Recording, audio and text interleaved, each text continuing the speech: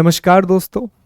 एक बार फिर से आप लोगों का बहुत बहुत स्वागत है खान सर के प्लेटफॉर्म पर, जहां पर हम आने वाली प्रारंभिक परीक्षा के लिए, आने वाले प्रीलिम्स एग्जाम के लिए इकाई 10 यूनिट 10 पढ़ रहे हैं। आपको याद होगा तो पिछली क्लास में हमने एक टॉपिक कंप्लीट किया था, बाल संरक्षण आयोग, बाल अधिकार संरक्षण आयोग। आज उसी टॉपिक के प्रश्नों को हम लगाएंगे।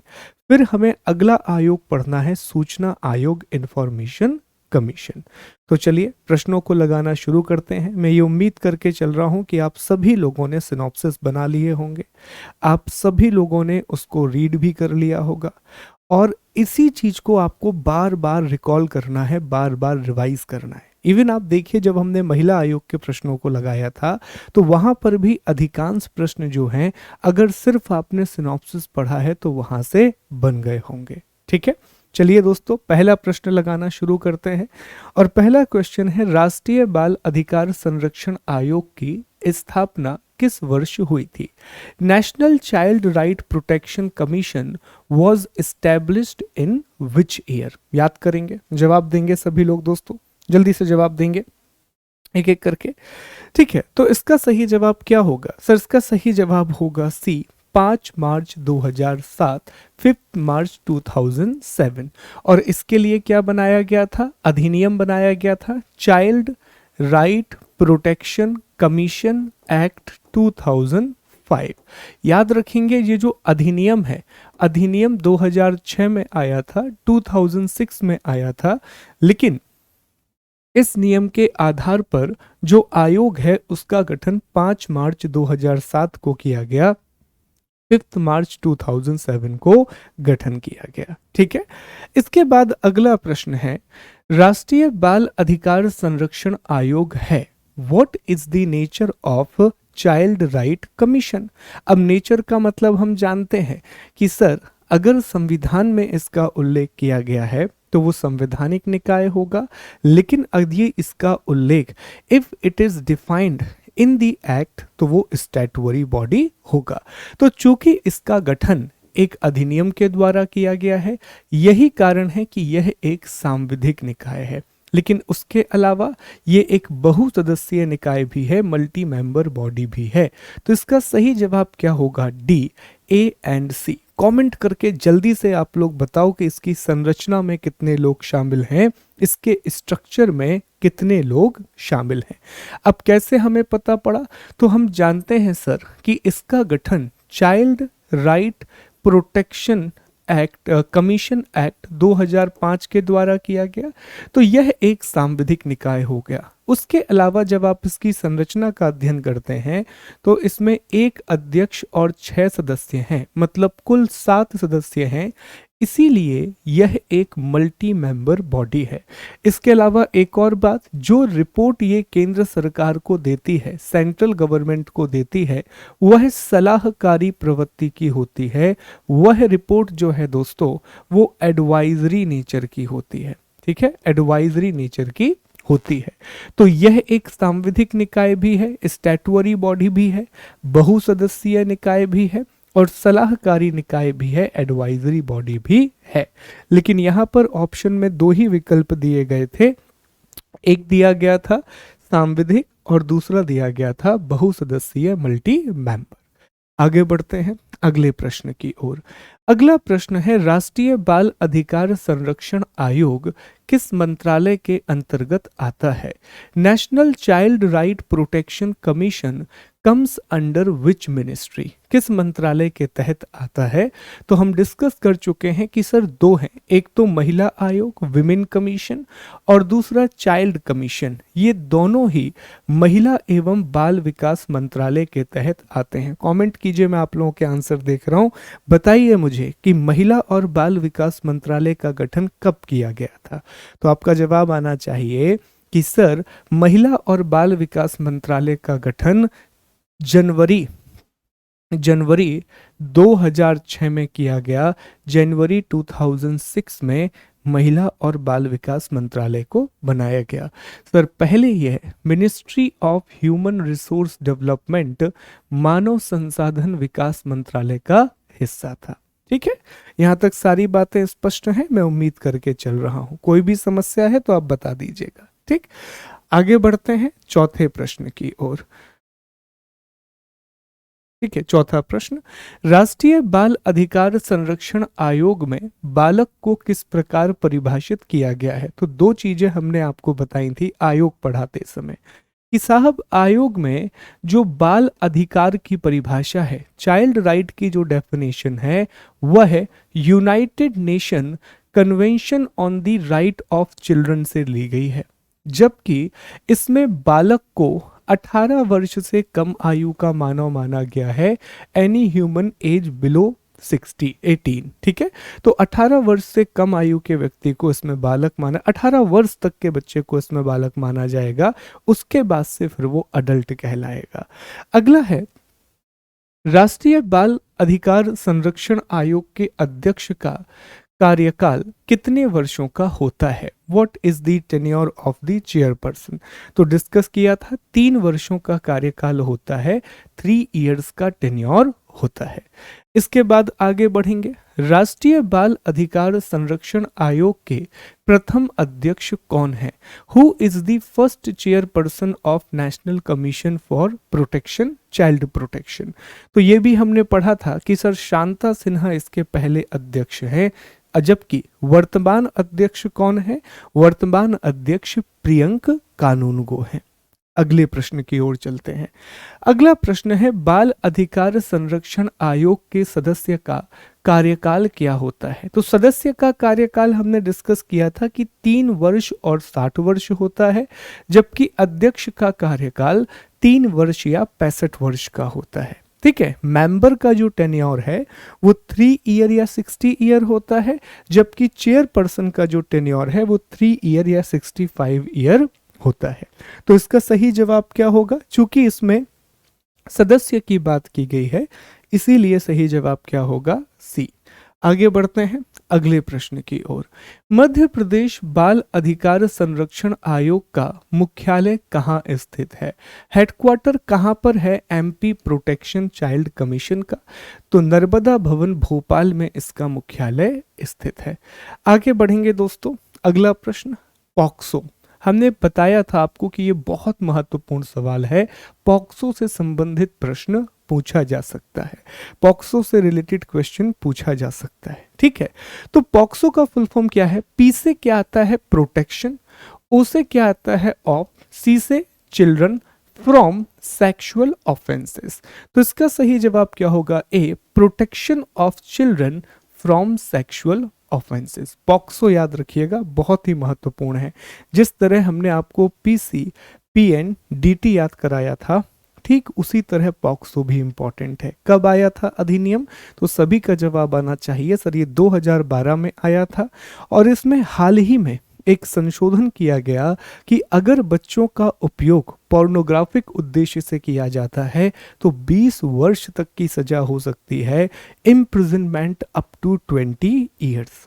आगे बढ़ते हैं, अगला प्रश्न, हाल ही में बाल अधिकार आयोग ने बच्चों का किस ऑनलाइन गेम से बचाने के लिए अभियान चलाया था? याद होगा आपको, लगभग 2 साल पुरानी बात है, जब एक बहुत ही डेंजरस गेम आया था जिसका नाम है ब्लू व्हेल। ब्लू व्हेल की वजह से कुछ लोग मर भी गए थे, बच्चों की डेथ भी हो गई थी। तो इस गेम को बैन भी किया गया और सरकार ने इससे बचाने के लिए एक अभियान भी चलाया कि बच्चों को इस गेम से दूर किया जा सके। फिर आगे बढ़ते हैं, अगला प्रश्न, देश के पहले चाइल्ड फ्रेंडली न्यायालय की स्थापना कहाँ हुई है? हाईलाइट करके बताया था, अगर आप देखेंगे तो सिनॉप्सिस में भी अलग से लिखा हुआ है कि देश का पहला जो चाइल्ड फ्रेंडली कोर्ट है वो मध्य प्रदेश के उज्जैन में खोला गया। और उज्जैन से जुड़ा हुआ एक और तथ्य क्या है? याद कीजिए, हमने FSSAI के बारे में पढ़ा था कि साहब जो FSSAI है उसके द्वारा एक सर्टिफिकेट जारी किया गया है भोग, और भोग का फुल फॉर्म क्या था? Blissful hygienic offering to God. और भोग के तहत पहला सर्टिफिकेट पाने वाला मंदिर भी कौन है? उज्जैन का श्री महाकालेश्वर टेम्पल, जिसे भोग के तहत पहला सर्टिफिकेट मिला। और दूसरा सर्टिफिकेट किसे मिला है? इंदौर के खजराना गणेश मंदिर को। तो ये दोनों चीजें याद रखना है, रिलेट करेंगे पुरानी चीजों से। और फिर आगे बढ़ते जाएंगे। उम्मीद करता हूं कि आपको सभी चीजें याद आ रही होंगी। ठीक है, आगे बढ़ते हैं। अगला प्रश्न गोकुलपुर बाल सुधार गृह कहाँ स्थित है? Where is the Gokulpur child improvement home is located? याद रखेंगे कि यह जबलपुर में स्थित है। अगला बाल श्रम प्रतिषेध अधिनियम कब पारित हुआ? नया वाला, the child labour prohibition act passed. तो ये दोस्तों जो नया वाला ये तो उसमें पुराने वाले की पूछा गया, सॉरी।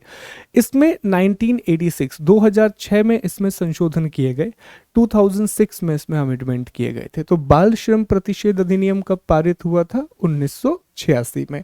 अब आप मुझे कमेंट करके बताएंगे कि भारतीय संविधान का वह कौन सा अनुच्छेद है, वह कौन सा आर्टिकल है जो बाल श्रम का प्रतिषेध करता है, जो चाइल्ड लेबर का प्रोहिबिशन करता है। ठीक है, और बाल श्रम के लिए अधिनियम तो बना दिया 1986 में, पर उससे पहले संविधान में एक अनुच्छेद था, कॉन्स्टिट्यूशन में एक आर्टिकल था। बताइए आप लोग, सब लोग जल्दी से कमेंट करके। बहुत बढ़िया सर, अनुच्छेद 24 आर्टिकल 24। जो अनुच्छेद 24 है इसका संबंध किस चीज से है? तो यह दोस्तों बताता है कि बाल श्रम नहीं करवाया जाएगा। इवन ये बलात् श्रम को भी प्रतिरोधित करता है, ये फोर्स्ड लेबर को भी बंद करवाने की बात कहता है।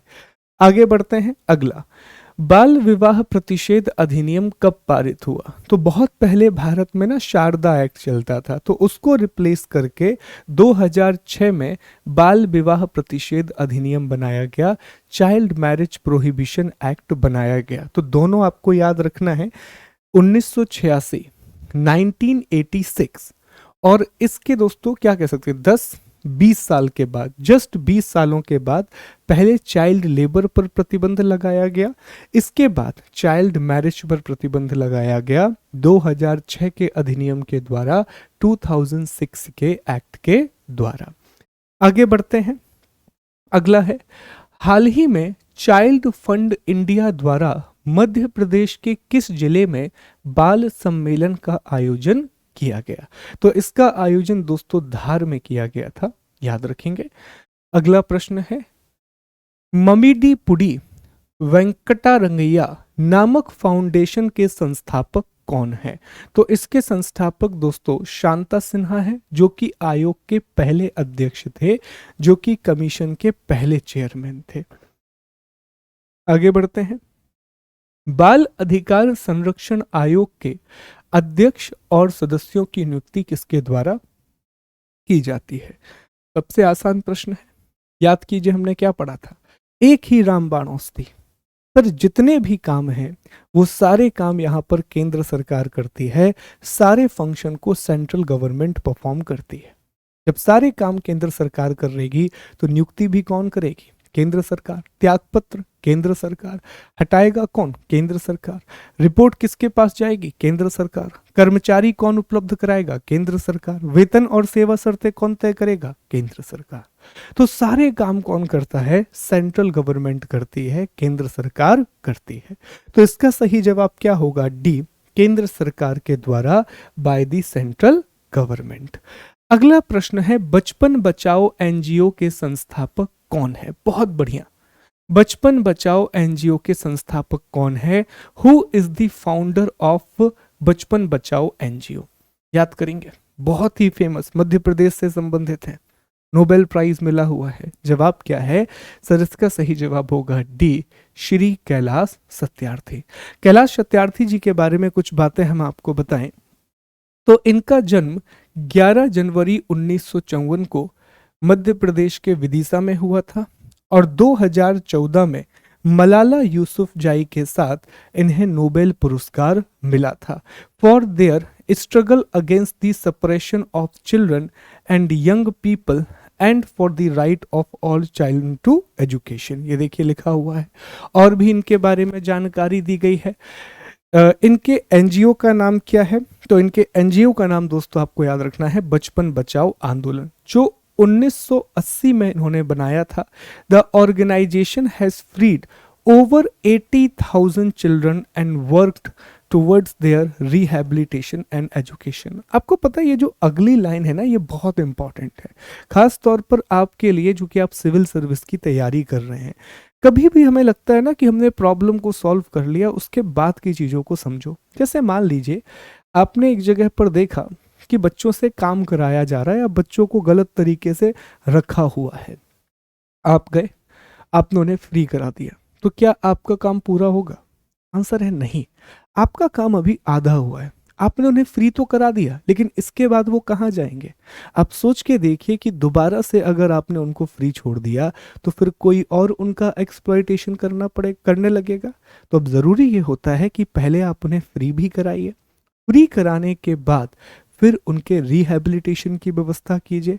सिर्फ रिहैबिलिटेशन नहीं, फिर उनके डेवलपमेंट की व्यवस्था भी कीजिए, ताकि वो खुद की आय अर्जित कर सकें और सोसाइटी में बेहतर तरीके से जी सकें। ये पूरा काम होता है। बचपन बचाओ आंदोलन सिर्फ इसलिए फेमस नहीं है कि उसने 80,000 से ज़्यादा बच्चों को छुड़वाया, वो इसलिए भी बहुत इंपॉर्टेंट है क्योंकि उन्होंने बच्चों को छुड़ाने के बाद, चिल्ड्रन को छुड़ाने के बाद बड़े पैमाने पर दोस्तों उनका रिहैबिलिटेशन भी कराया। तो एज एन ऑफिसर जब आप बनेंगे तो आपको प्रॉब्लम की आगे वाली लेयर तक भी जाना है।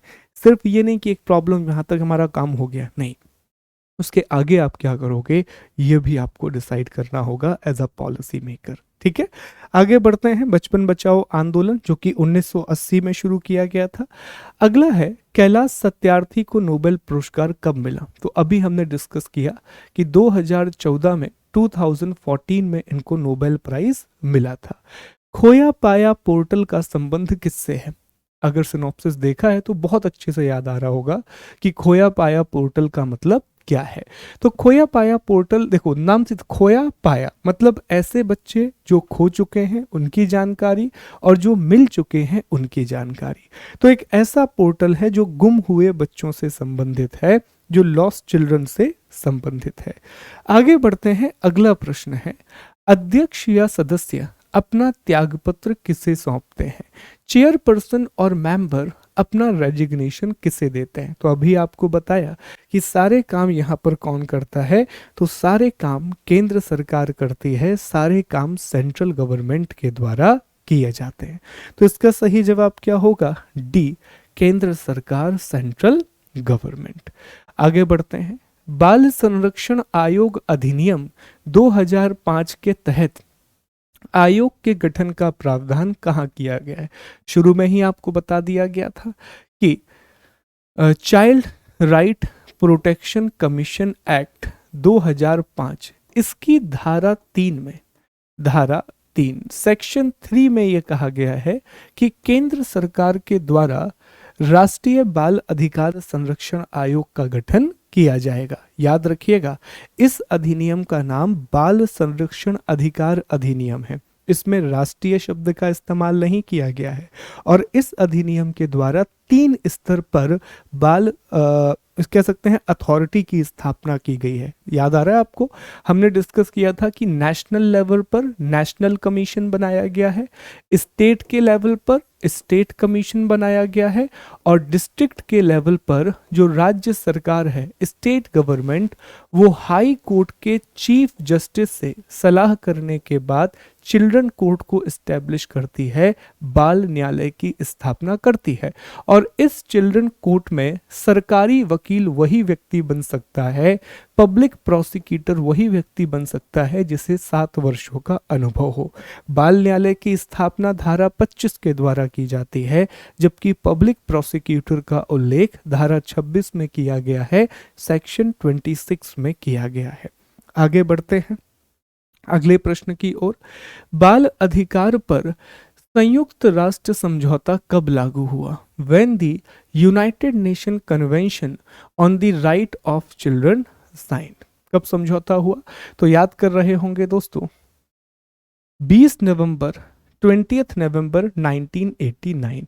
और यही कारण है कि हर साल 20 नवंबर को हम क्या मनाते हैं, ये मैं नहीं बताऊंगा, आप कमेंट करके बताएंगे कि हर साल 20 नवंबर को क्या मनाया जाता है। और भारत ने इस पर कब हस्ताक्षर किए थे? तो भारत ने 1992 में हस्ताक्षर किए थे, 1992 में इंडिया ने साइन किया था। 20 नवंबर को हम मनाते हैं, बिल्कुल सही जवाब। बहुत बढ़िया। अंतरराष्ट्रीय बाल दिवस, इंटरनेशनल चिल्ड्रन डे। आगे बढ़ते हैं। अगला, राष्ट्रीय बाल अधिकार संरक्षण आयोग का मुख्यालय कहाँ पर है?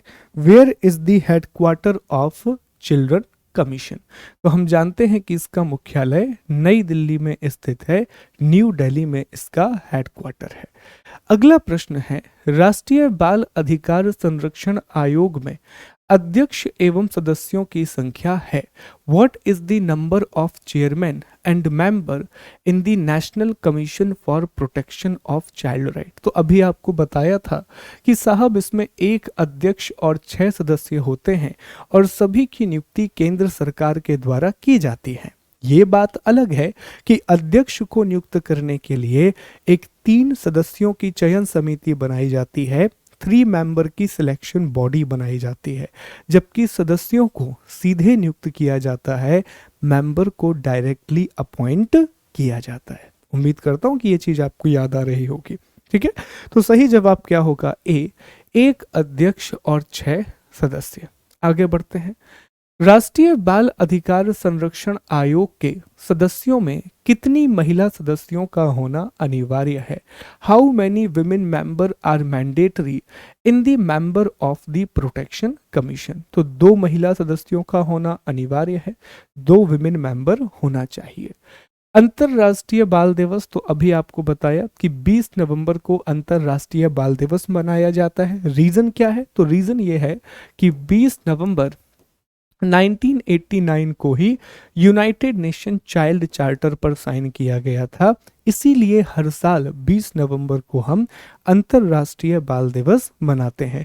कमेंट कीजिए और बताइए कि राष्ट्रीय बाल दिवस कब मनाया जाता है, नेशनल चाइल्ड डे कब मनाया जाता है और किसके उपलक्ष्य में मनाया जाता है। ठीक है, अगला सवाल। अच्छा, यहाँ लिखा भी हुआ है, देख लीजिए एक बार। वर्ल्ड चिल्ड्रन डे ये 2021 का है हालांकि, तो ये हर साल हम कब मनाते हैं? 20 नवंबर को मनाते हैं। यूनिसेफ वगैरह का देखिए नवंबर 20 को मनाते हैं। ओके, इसके अलावा world day against child labour, ये भी हमने डिस्कस किया था कि बाल श्रम निषेध दिवस ये हम हर साल कब मनाते हैं? 12 जून को मनाते हैं। The day was first established in the 1954 as the Universal Children's Day. On this date, 1959, United Nations General Assembly adopted Declaration of Right of the Children. ठीक है, the theme for the World Children Day 2022 is inclusive for every child. 2022 का जो motive है वो है inclusive for every child. Okay, चलिए आगे बढ़ते हैं। अगला, आयोग के अध्यक्ष की नियुक्ति केंद्रीय महिला आयोग एवं बाल विकास की अध्यक्षता वाली चयन समिति की सिफारिश पर की जाती है। यह चयन समिति कितने सदस्यों की होती है? तो अभी हमने आपको बताया कि अपॉइंटमेंट की प्रोसीजर क्या है, नियुक्ति की प्रक्रिया क्या है। तो जो अध्यक्ष, देखो दोनों को ही अपॉइंट केंद्र सरकार करेंगे, चाहे वो सदस्य हो, मेंबर हो, या चाहे वो अध्यक्ष हो, चेयरपर्सन हो। लेकिन अध्यक्ष को नियुक्त ऐसे नहीं किया जाएगा, पहले एक 3 सदस्यों वाली समिति बनाई जाएगी, 3 मेंबर सिलेक्शन कमेटी बनाई जाएगी। इसके चेयरपर्सन हमेशा minister of women and child development होंगे, जबकि इसमें 2 सदस्यों की नियुक्ति केंद्र सरकार के द्वारा की जाएगी, सेंट्रल गवर्नमेंट के द्वारा की जाएगी। क्लियर, 2 सदस्यों की नियुक्ति केंद्र सरकार के द्वारा की जाएगी और सदस्यों को सीधे केंद्र सरकार के द्वारा डायरेक्टली बाय सेंट्रल गवर्नमेंट। ठीक है, आगे बढ़ रहे होंगे। तो इसका सही जवाब क्या होगा? सी। इसमें कुल कितने लोग होते हैं? 3 सदस्य होते हैं। There are total 3 member. राष्ट्रीय बाल अधिकार संरक्षण आयोग में सचिव से संबंधित, सेक्रेटरी से संबंधित कौन सा कथन सत्य नहीं है? तो इसमें दोस्तों देखिए, सचिव की नियुक्ति केंद्र सरकार द्वारा की जाती है, बिल्कुल सही है। यह भारत सरकार के संयुक्त या अतिरिक्त सचिव रैंक का अधिकारी होता है, यह भी बिल्कुल सही है। सचिव की शक्तियों तथा कर्तव्य केंद्र सरकार निर्धारित करती है, यह भी सही है। तो सभी विकल्प सही हैं। कौन सा कथन सही है उसने ये पूछा था, कौन सा कथन सही है? विकल्प, सही विकल्प का चुनाव करना था, करेक्ट स्टेटमेंट को चूज करना था। तो जवाब क्या होगा? D, all of the above, सभी कथन सत्य है। आगे बढ़ते हैं, अगला प्रश्न। राष्ट्रीय बाल आयोग के अध्यक्ष का कार्यकाल कितना होता है? What is the tenure of the chairman of national protection commission? किसका कार्यकाल पूछा है? अध्यक्ष का। तो पहले ना इन चीजों को अंडरलाइन किया करो हमेशा कि सर अध्यक्ष का कार्यकाल पूछा है, चेयरपर्सन का टेन्योर पूछा है। अब हमें याद है कि सर अध्यक्ष का कार्यकाल 3 वर्ष और 65 वर्ष का होता है, जबकि जो सदस्य हैं, मेंबर हैं, उनका कार्यकाल 3 वर्ष और 60 वर्ष का होता है। तो इसका सही जवाब क्या होगा? बी, 3 इयर्स और 65 ईयर। कई बार जैसा मैं हमेशा आपको बताता हूं कि प्रक्रिया बहुत इंपॉर्टेंट है कि किस तरह से आपने सवाल हल किया। जब आपने ये सवाल देखा तो आपके सामने ये पूरी कहानी आना चाहिए, फिर ऑप्शन पर जाइए। तुरंत ऑप्शन पर जब आप चले जाते हैं ना दोस्तों, तो दिमाग में कंफ्यूजन बहुत पैदा होते हैं और बहुत सिंपल सवाल भी आप एग्जाम में गलत करके आते हो। इसीलिए ऑप्शन पर जाने से पहले जो आपको पता है उसके बारे में वो रिकॉल कीजिए और फिर आगे बढ़िए, ठीक है। इसके बाद दोस्तों हम आगे बढ़ते हैं। राष्ट्रीय बाल अधिकार संरक्षण आयोग के अध्यक्ष एवं सदस्य किसे अपना त्यागपत्र दे सकते हैं? To whom can the chairman and member of the commission submit their resignation? ये तो बहुत आसान है, सारे काम केंद्र सरकार करती है, सारे काम सेंट्रल गवर्नमेंट के द्वारा किए जाते हैं। तो इसका सही जवाब क्या होगा? डी, केंद्र सरकार, सेंट्रल गवर्नमेंट। आगे बढ़ें। लगातार कितनी बैठकों में अनुपस्थित रहने पर आयोग के अध्यक्ष और सदस्यों को केंद्र सरकार द्वारा हटाया जा सकता है? तो ये भी हमने डिस्कस किया था जब हमने हटाने के आधारों को पढ़ा था। धारा आप लोग बताएंगे जल्दी से। जब हमने रिमूवल प्रोसीजर को पढ़ा था तो उसमें लिखा हुआ था कि अगर अध्यक्ष या सदस्य बिना बताए लगातार 3 बैठकों में अनुपस्थित रहते हैं, कॉन्जिक्यूटिव 3 मीटिंग्स में एब्सेंट रहते हैं, तो इस कारण से अध्यक्ष या सदस्य को हटाया जा सकता है, मेंबर या चेयरपर्सन को रिमूव किया जा सकता है। वेरी गुड, सभी लोगों के सही जवाब आ रहे हैं। आगे बढ़ते हैं, अगला प्रश्न।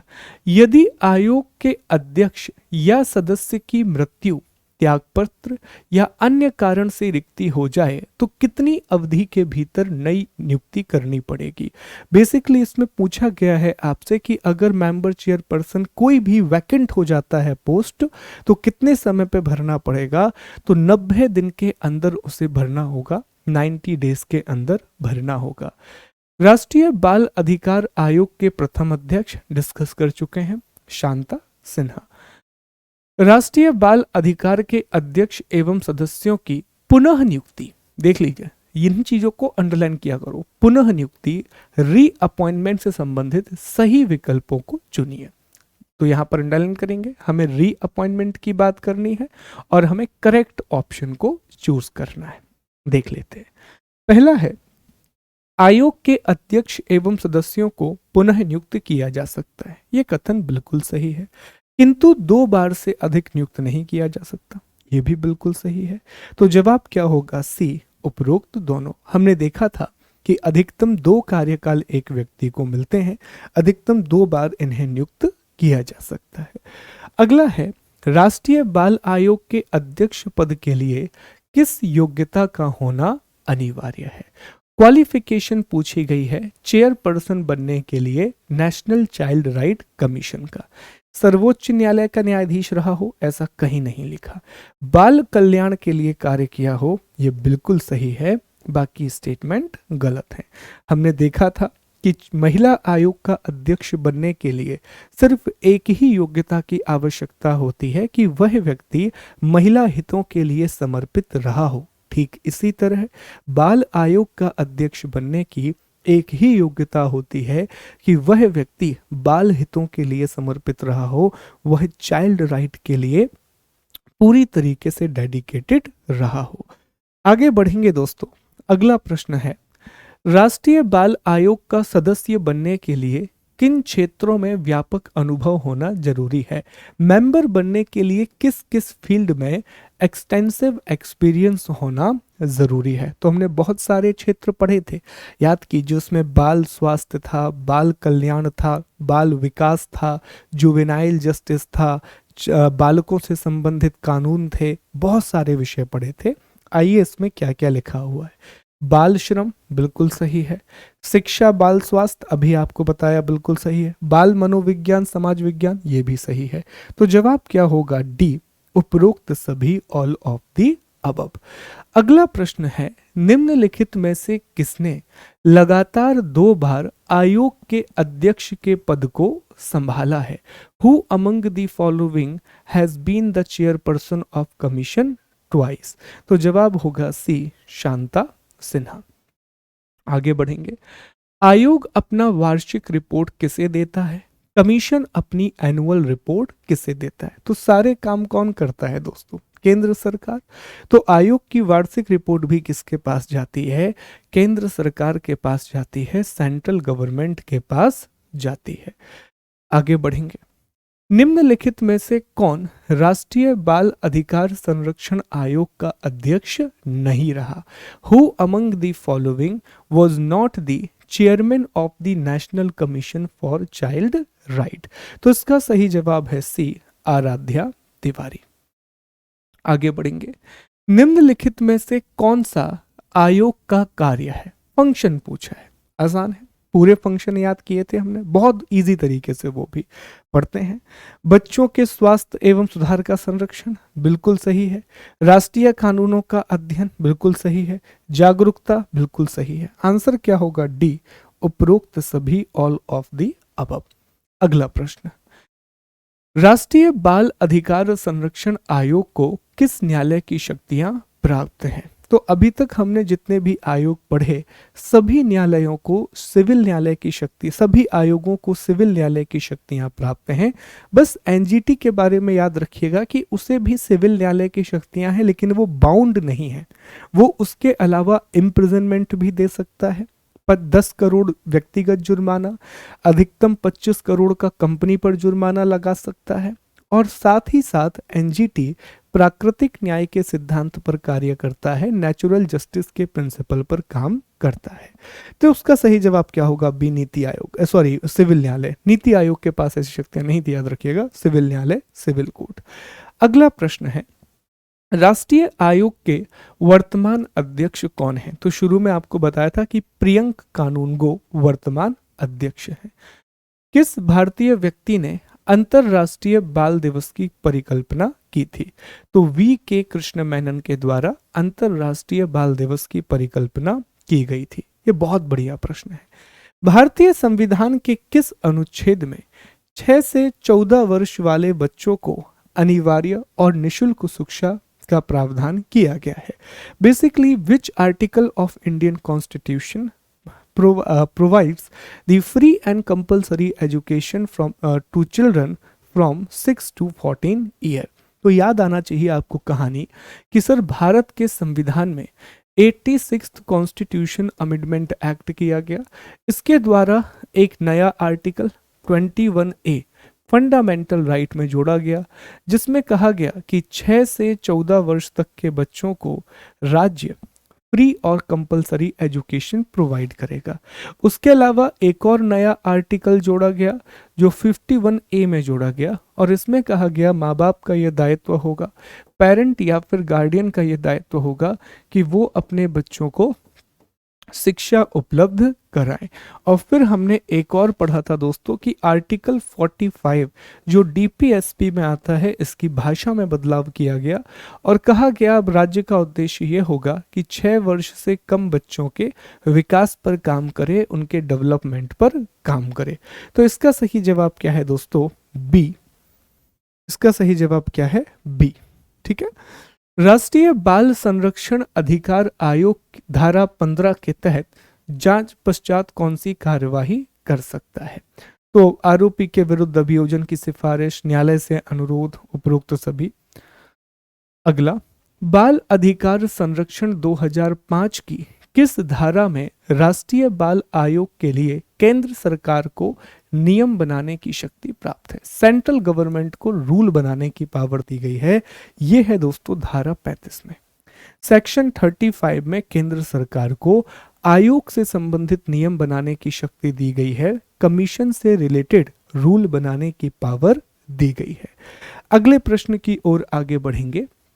राष्ट्रीय बाल आयोग द्वारा केंद्र सरकार को दी गई सलाह की प्रकृति क्या है?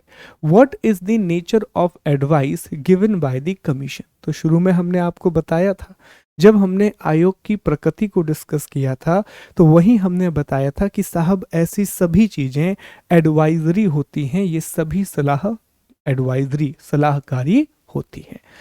अगला है, राष्ट्रीय आयोग के वर्तमान अध्यक्ष प्रियंक कानूनगो का संबंध मध्य प्रदेश के किस जिले से है? तो उनका संबंध दोस्तों विदिशा से है। विदिशा से ही कैलाश सत्यार्थी का भी संबंध है। निम्नलिखित में से कौन राष्ट्रीय बाल आयोग के अध्यक्ष की नियुक्ति की अनुशंसा करने वाली चयन समिति का अध्यक्ष होता है? Who among the following is the chairperson of the selection committee which recommend the appointment of the chairman of commission? बहुत बड़ा प्रश्न है, भाषा से घुमाने की कोशिश कर रहा है, लेकिन प्रश्न आसान है। हमने अभी डिस्कस किया था कि 3 लोग शामिल होते हैं और हमेशा उसका अध्यक्ष महिला एवं बाल विकास मंत्री होता है। हमेशा इसके chairman minister of women and child development होते हैं। अगला है पॉक्सो, ये पॉस्को नहीं है, पॉक्सो अधिनियम 2012 से संबंधित सही विकल्प का चुनाव कीजिए। ठीक है, यह अधिनियम यौन अपराधों से बच्चों के संरक्षण से संबंधित है। बिल्कुल सही है, उसका फुल फॉर्म ही है protection of children from sexual offences, POCSO. ठीक है, इसका पूरा नाम protection of children from sexual offences है। बिल्कुल सही है। इस अधिनियम में बालकों को 18 वर्ष से कम आयु का माना गया है। बिल्कुल सही है। तो जवाब क्या होगा? डी, उपरोक्त सभी, ऑल ऑफ द अबव। ठीक है, भारतीय संविधान के किस अनुच्छेद के तहत 14 वर्ष से कम आयु के बालकों के बाल श्रम करना अपराध माना गया है? तो अभी आपको बताया था कि अनुच्छेद 24 में चाइल्ड लेबर पर प्रोहिबिशन लगाया गया है। निम्नलिखित में से कौन बचपन बचाओ एनजीओ के संस्थापक हैं? यह भी आपको बताया था। इसका सही जवाब क्या होगा? ए, कैलाश सत्यार्थी विदिशा से आते हैं और 2014 में इन्हें नोबेल पुरस्कार मिला था शांति के क्षेत्र में। राष्ट्रीय आयोग की शिकायत प्रबंधन प्रणाली के ऑनलाइन पोर्टल का नाम क्या है? तो इसका नाम है दोस्तों ई बाल निदान, ई बाल निदान। और अभी ई बॉक्स पॉक्सो भी जारी किया गया था।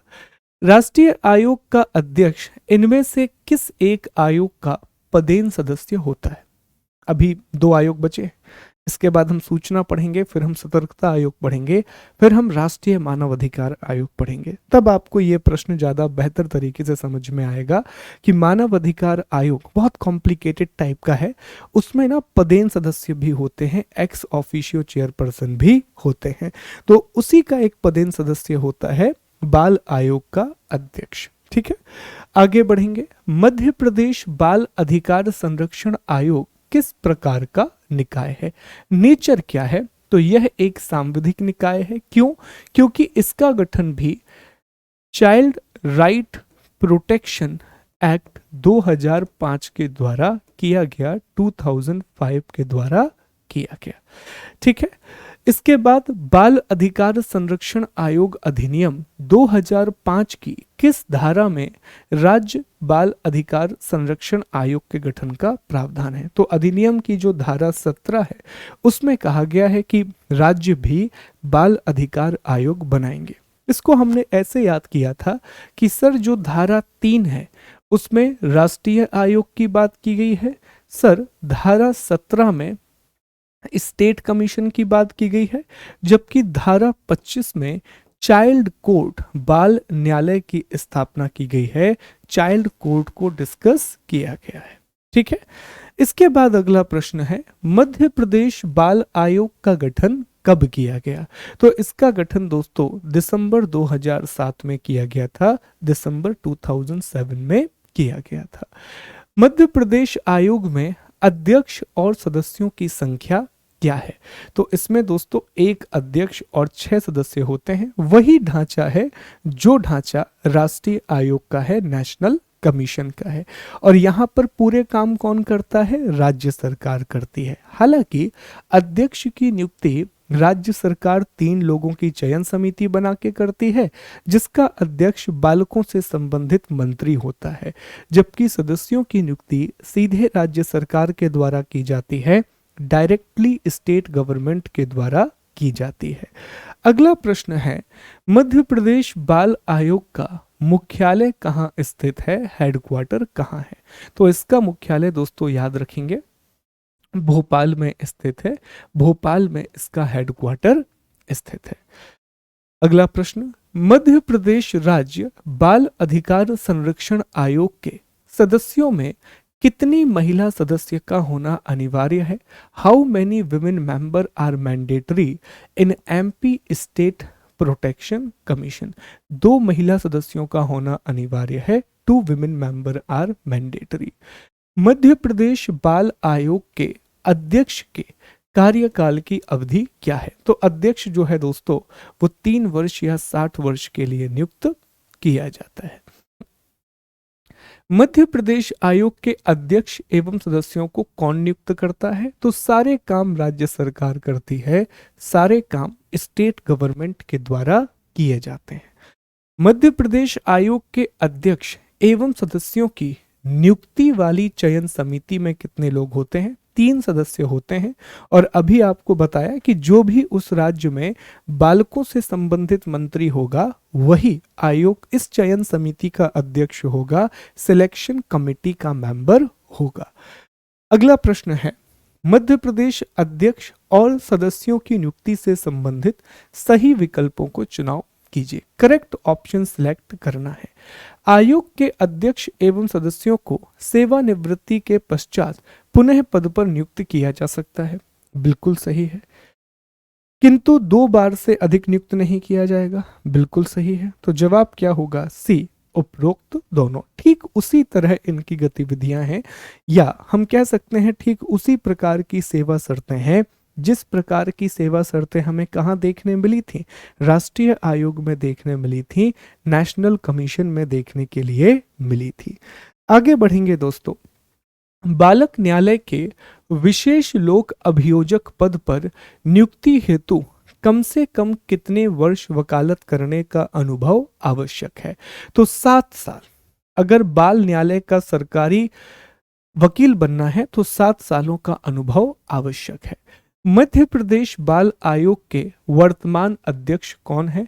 तो द्रविद मोरे, इनको हाल ही में नियुक्त किया गया था, द्रविंद मोरे इसके वर्तमान अध्यक्ष हैं। बाल अधिकार संरक्षण आयोग अधिनियम की किस धारा में अध्यक्ष और सदस्यों को राज्य सरकार द्वारा नियुक्त किया जाएगा? तो ये बात धारा 18 में लिखी हुई है, सेक्शन 18 में लिखी हुई है। निम्नलिखित में से कौन मध्य प्रदेश आयोग का कार्य है? तो ये सभी काम, जो कार्य राष्ट्रीय आयोग करता है वह सभी कार्य राज्य आयोग भी करता है।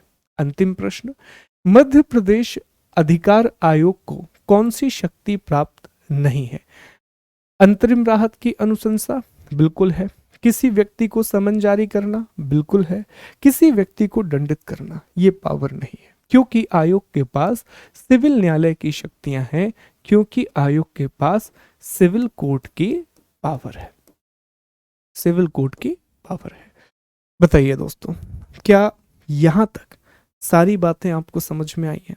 कमेंट करके मुझे बताइए कि क्या आपका स्कोर कार्ड रहा, फिर हम अगला टॉपिक शुरू करेंगे। ठीक है, मैं उम्मीद कर रहा हूं कि यहाँ तक जितने भी प्रश्न हमने लगाए हैं उसमें से कम कुछ नहीं तो 60 प्रश्न तो आपसे बने ही होंगे।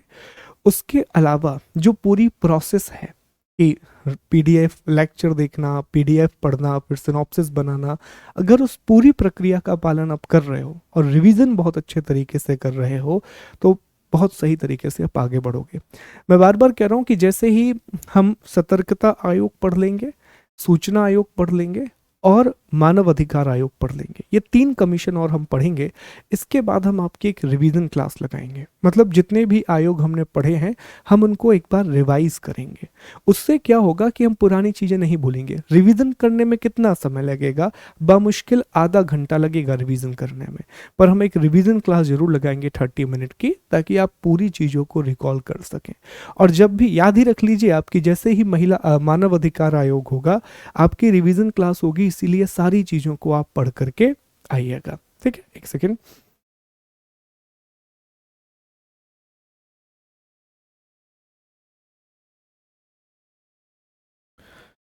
चलिए दोस्तों, तो अब हम सेशन को आगे बढ़ाते हैं और आज का जो हमारा प्रमुख मुद्दा है, जो हमारा इम्पोर्टेंट टॉपिक है, उसको हम डिस्कस करेंगे। आज हमें चर्चा करनी है केंद्रीय और राज्य सूचना आयोग की सेंट्रल और स्टेट इंफॉर्मेशन कमीशन के बारे में। देखिए दोस्तों, केंद्रीय और राज्य दोनों ही सूचना आयोगों का गठन सूचना का अधिकार अधिनियम 2005 के द्वारा हुआ है, आरटीआई एक्ट 2005 के द्वारा हुआ है। चूंकि इस निकाय का गठन एक अधिनियम के द्वारा हुआ है, यही कारण है कि यह एक सांविधिक निकाय है, यह एक स्टैट्यूटरी बॉडी है। अब इसको रिलेट कैसे करेंगे, एक बार ध्यान देना है इस बात पर। देखिए, पिछली क्लास में हमने चाइल्ड राइट प्रोटेक्शन कमीशन के बारे में पढ़ा था, हमने बाल अधिकार संरक्षण आयोग के बारे में पढ़ा था, और वहां भी हमने देखा था कि 2005 में जो अधिनियम आया उसके द्वारा 2 प्रकार के निकाय बनाए गए।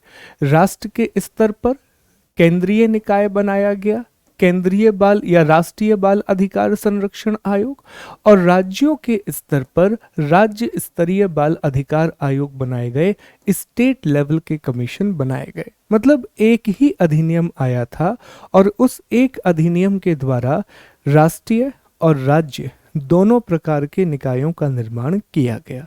दोस्तों, ठीक इसी तरह जो आरटीआई अधिनियम, राइट टू इंफॉर्मेशन एक्ट 2005, सूचना का अधिकार अधिनियम 2005, इसे कुछ लोग लोकतंत्र के एक बहुत इंपॉर्टेंट पिलर के रूप में भी मानते हैं। तो आरटीआई अधिनियम के द्वारा भी 2 प्रकार के निकायों का गठन किया गया।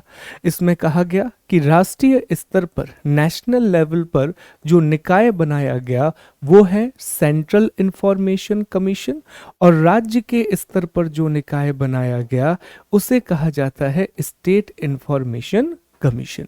तो ये आपको याद रखना है कि एक ही अधिनियम है जो दोनों निकायों के गठन का प्रावधान करता है, जो दोनों प्रकार की बॉडीज के फॉर्मेशन का काम करता है। अब हम समझेंगे कि सर हमें कितने टॉपिकों की चर्चा करनी है या इसमें कौन कौन से डायमेंशन है। तो देखिए, हमेशा की तरह सबसे पहले हम पृष्ठभूमि पढ़ेंगे, सबसे पहले हम बैकग्राउंड को डिस्कस करेंगे। क्या पढ़ते हैं पृष्ठभूमि में? यही कि भारत में सूचना का अधिकार अधिनियम कैसे आया और कैसे इस अधिनियम के द्वारा राष्ट्रीय और राज्य स्तरीय सूचना आयोगों की स्थापना हुई, कैसे इंडिया में इंफॉर्मेशन कमीशन आया और कैसे इसके द्वारा सेंट्रल और स्टेट लेवल पर इंफॉर्मेशन कमीशन को एस्टैब्लिश किया गया। इसके बाद दोस्तों हम सामान्य परिचय पढ़ेंगे। आप जानते हैं कि ये बहुत महत्वपूर्ण टॉपिक होता है, क्योंकि यहाँ से सीधे सीधे प्रश्न बनते हैं, डायरेक्ट क्वेश्चंस बनते हैं। इसके बाद दोस्तों हम आयोग की संरचना को डिस्कस करेंगे, हम स्ट्रक्चर ऑफ कमीशन को डिस्कस करेंगे, फिर हम आयोग की पदावधि और सेवा शर्तों की चर्चा करेंगे, टेन्योर को पढ़ेंगे और टर्म एंड कंडीशन को पढ़ेंगे, हटाने की प्रक्रिया, रिमूवल प्रोसेस को डिस्कस कर रहे होंगे। इसके बाद आयोग के कार्य, फंक्शन को डिस्कस करेंगे। यहीं से एक प्रश्न आया था इस बार एमपीपीएससी में। अन्य तथ्यों को डिस्कस करेंगे, अदर फैक्ट्स को पढ़ेंगे, और आखिरी में राज्य सूचना आयोग पढ़ेंगे, जो बहुत ही ब्रीफ होगा। स्टेट इंफॉर्मेशन कमीशन को डिस्कस करेंगे।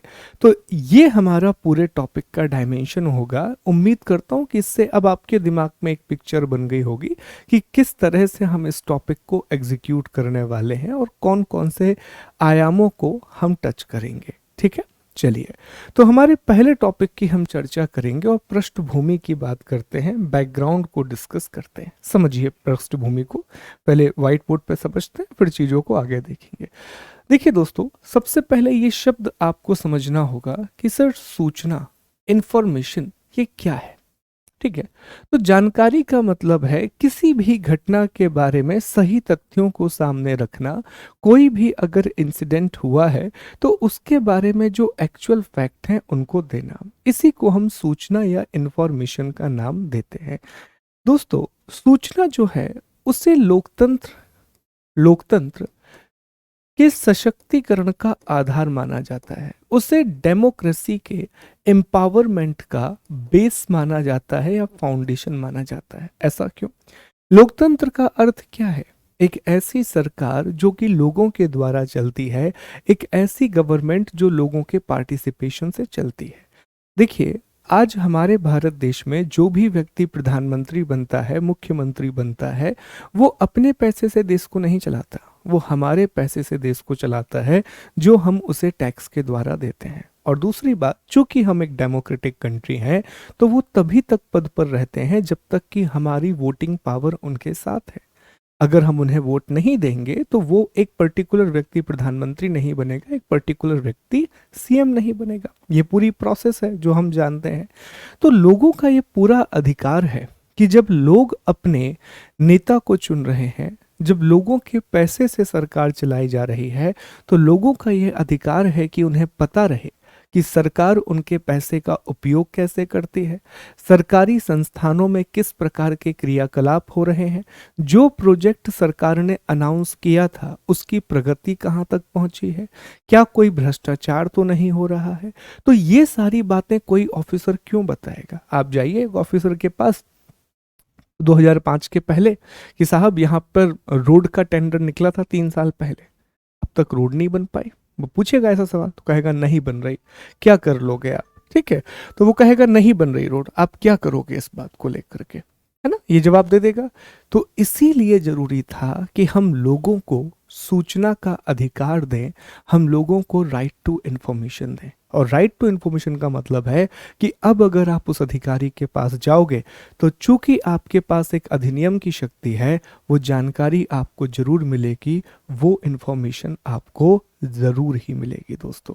तो सूचना याद रखिएगा, किसी भी डेमोक्रेटिक कंट्री का एक बहुत इंपॉर्टेंट पिलर होता है, one of the most important foundation stone of a democracy.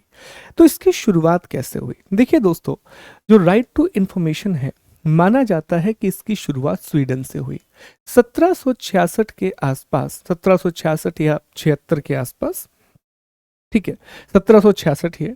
1766 में दोस्तों जो स्वीडन है, स्वीडन, यहाँ पर सूचना का अधिकार लागू किया गया, यहाँ पर राइट टू इंफॉर्मेशन को लागू किया गया।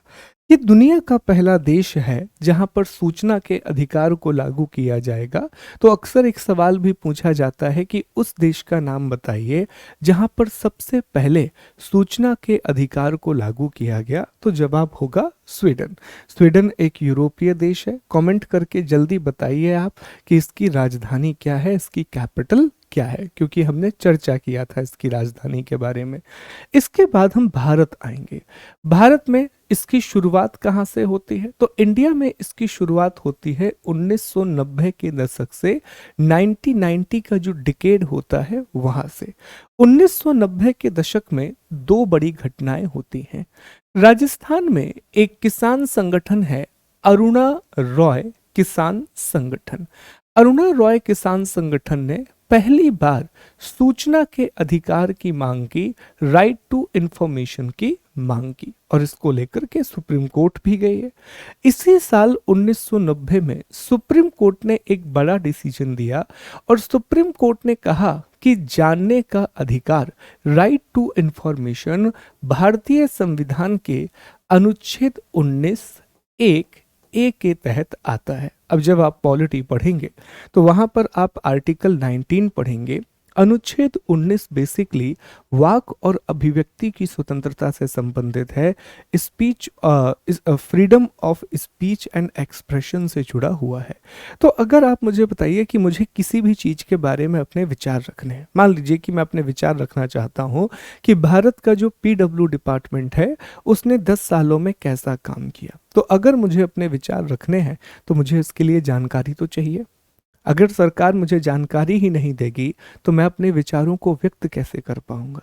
इसीलिए सुप्रीम कोर्ट ने कहा कि जो सूचना का अधिकार है, जो राइट टू इंफॉर्मेशन है, वो भारतीय संविधान के अनुच्छेद 19(1)(a) का हिस्सा है। अब और भी कवायद तेज हो चुकी थी कि कैसे भी करके भारत में सूचना के अधिकार को लागू किया जाए। फिर अगला स्टेप यह है दोस्तों कि 1997 में एक समिति बनाई जाती है, एच डी शौरी समिति, एच डी शौरी कमेटी। और इस समिति ने सिफारिश की कि भारत में आरटीआई अधिनियम को लागू किया जाना चाहिए। और इसी साल भारत में सबसे पहले जो तमिलनाडु है वहां पर आरटीआई जारी किया गया। तमिलनाडु के बाद गोवा में आरटीआई जारी किया गया। और 2002 में मध्य प्रदेश में भी आरटीआई जारी किया गया। लेकिन दोस्तों ये आरटीआई अधिनियम राज्यों ने अपने स्तर पर बनाए थे, स्टेट्स ने अपने लेवल पर बनाए थे, जो सिर्फ नाम के लिए थे, क्योंकि उनके प्रभावी क्रियान्वयन की व्यवस्था नहीं की गई, उनके इफेक्टिव इम्प्लीमेंटेशन को इंश्योर नहीं किया गया। क्योंकि देखिए यार, कोई भी सरकार है वो इन चीज़ों से हमेशा बचती है। जितनी भी सरकारें होती हैं आप देखिएगा वो हमेशा बचती हैं कि लोगों को अधिकार ना दिए जाएं, ठीक है, जो डेमोक्रेटिक राइट हैं उनको ज़्यादा डिसेंट्रलाइज ना किया जाए। क्लियर? तो ये चीज़ आपने याद रखनी है कि 1997 में एच.डी. शौरी कमेटी आई और वहाँ पर तमिलनाडु में आरटीआई लागू हुआ और 2002 में मध्य प्रदेश में भी आरटीआई लागू हुआ।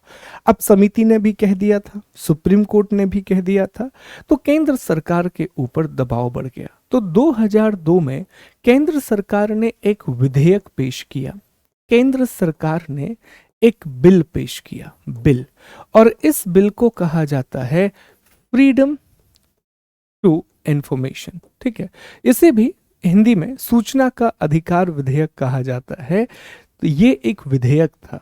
विधेयक का मतलब हमने पहले आपको बताया था कि कोई भी अधिनियम जब पेश किया जाता है तो उसे विधेयक कहा जाता है। कोई भी आपको कानून बनाना है तो जब उसे पहली बार आप विधायिका में रखते हैं तो उसे हम विधेयक कहते हैं। जब वो पारित हो जाता है तब उसे अधिनियम कहा जाता है। पर यह पारित नहीं हो सका, फ्रीडम जो बिल है वो अल्टीमेटली पारित नहीं हो सका।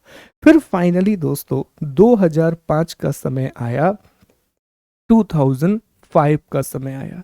2005 में आरटीआई अधिनियम फाइनली, आरटीआई एक्ट 2005 पारित हुआ। आरटीआई अधिनियम पारित हुआ अक्टूबर 2005 में, अक्टूबर 2005 में ये अधिनियम लागू भी हो गया।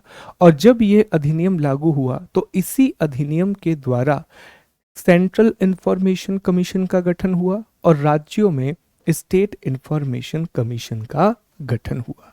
आखिरी अपडेट जो इसके बारे में है वो 2019 में आई। 2019 में इसमें संशोधन किया गया है, इसमें अमेंडमेंट किया गया है दोस्तों। और संशोधन करके जो सेंट्रल इंफॉर्मेशन कमीशन और स्टेट इंफॉर्मेशन कमिश्नर हैं, इनका पहले कार्यकाल निश्चित था, इनका टेन्योर पहले फिक्स था।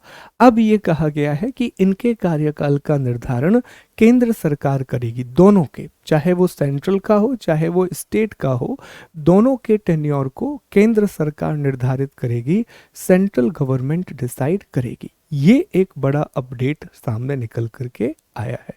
तो ये अब तक का पूरा इतिहास है दोस्तों।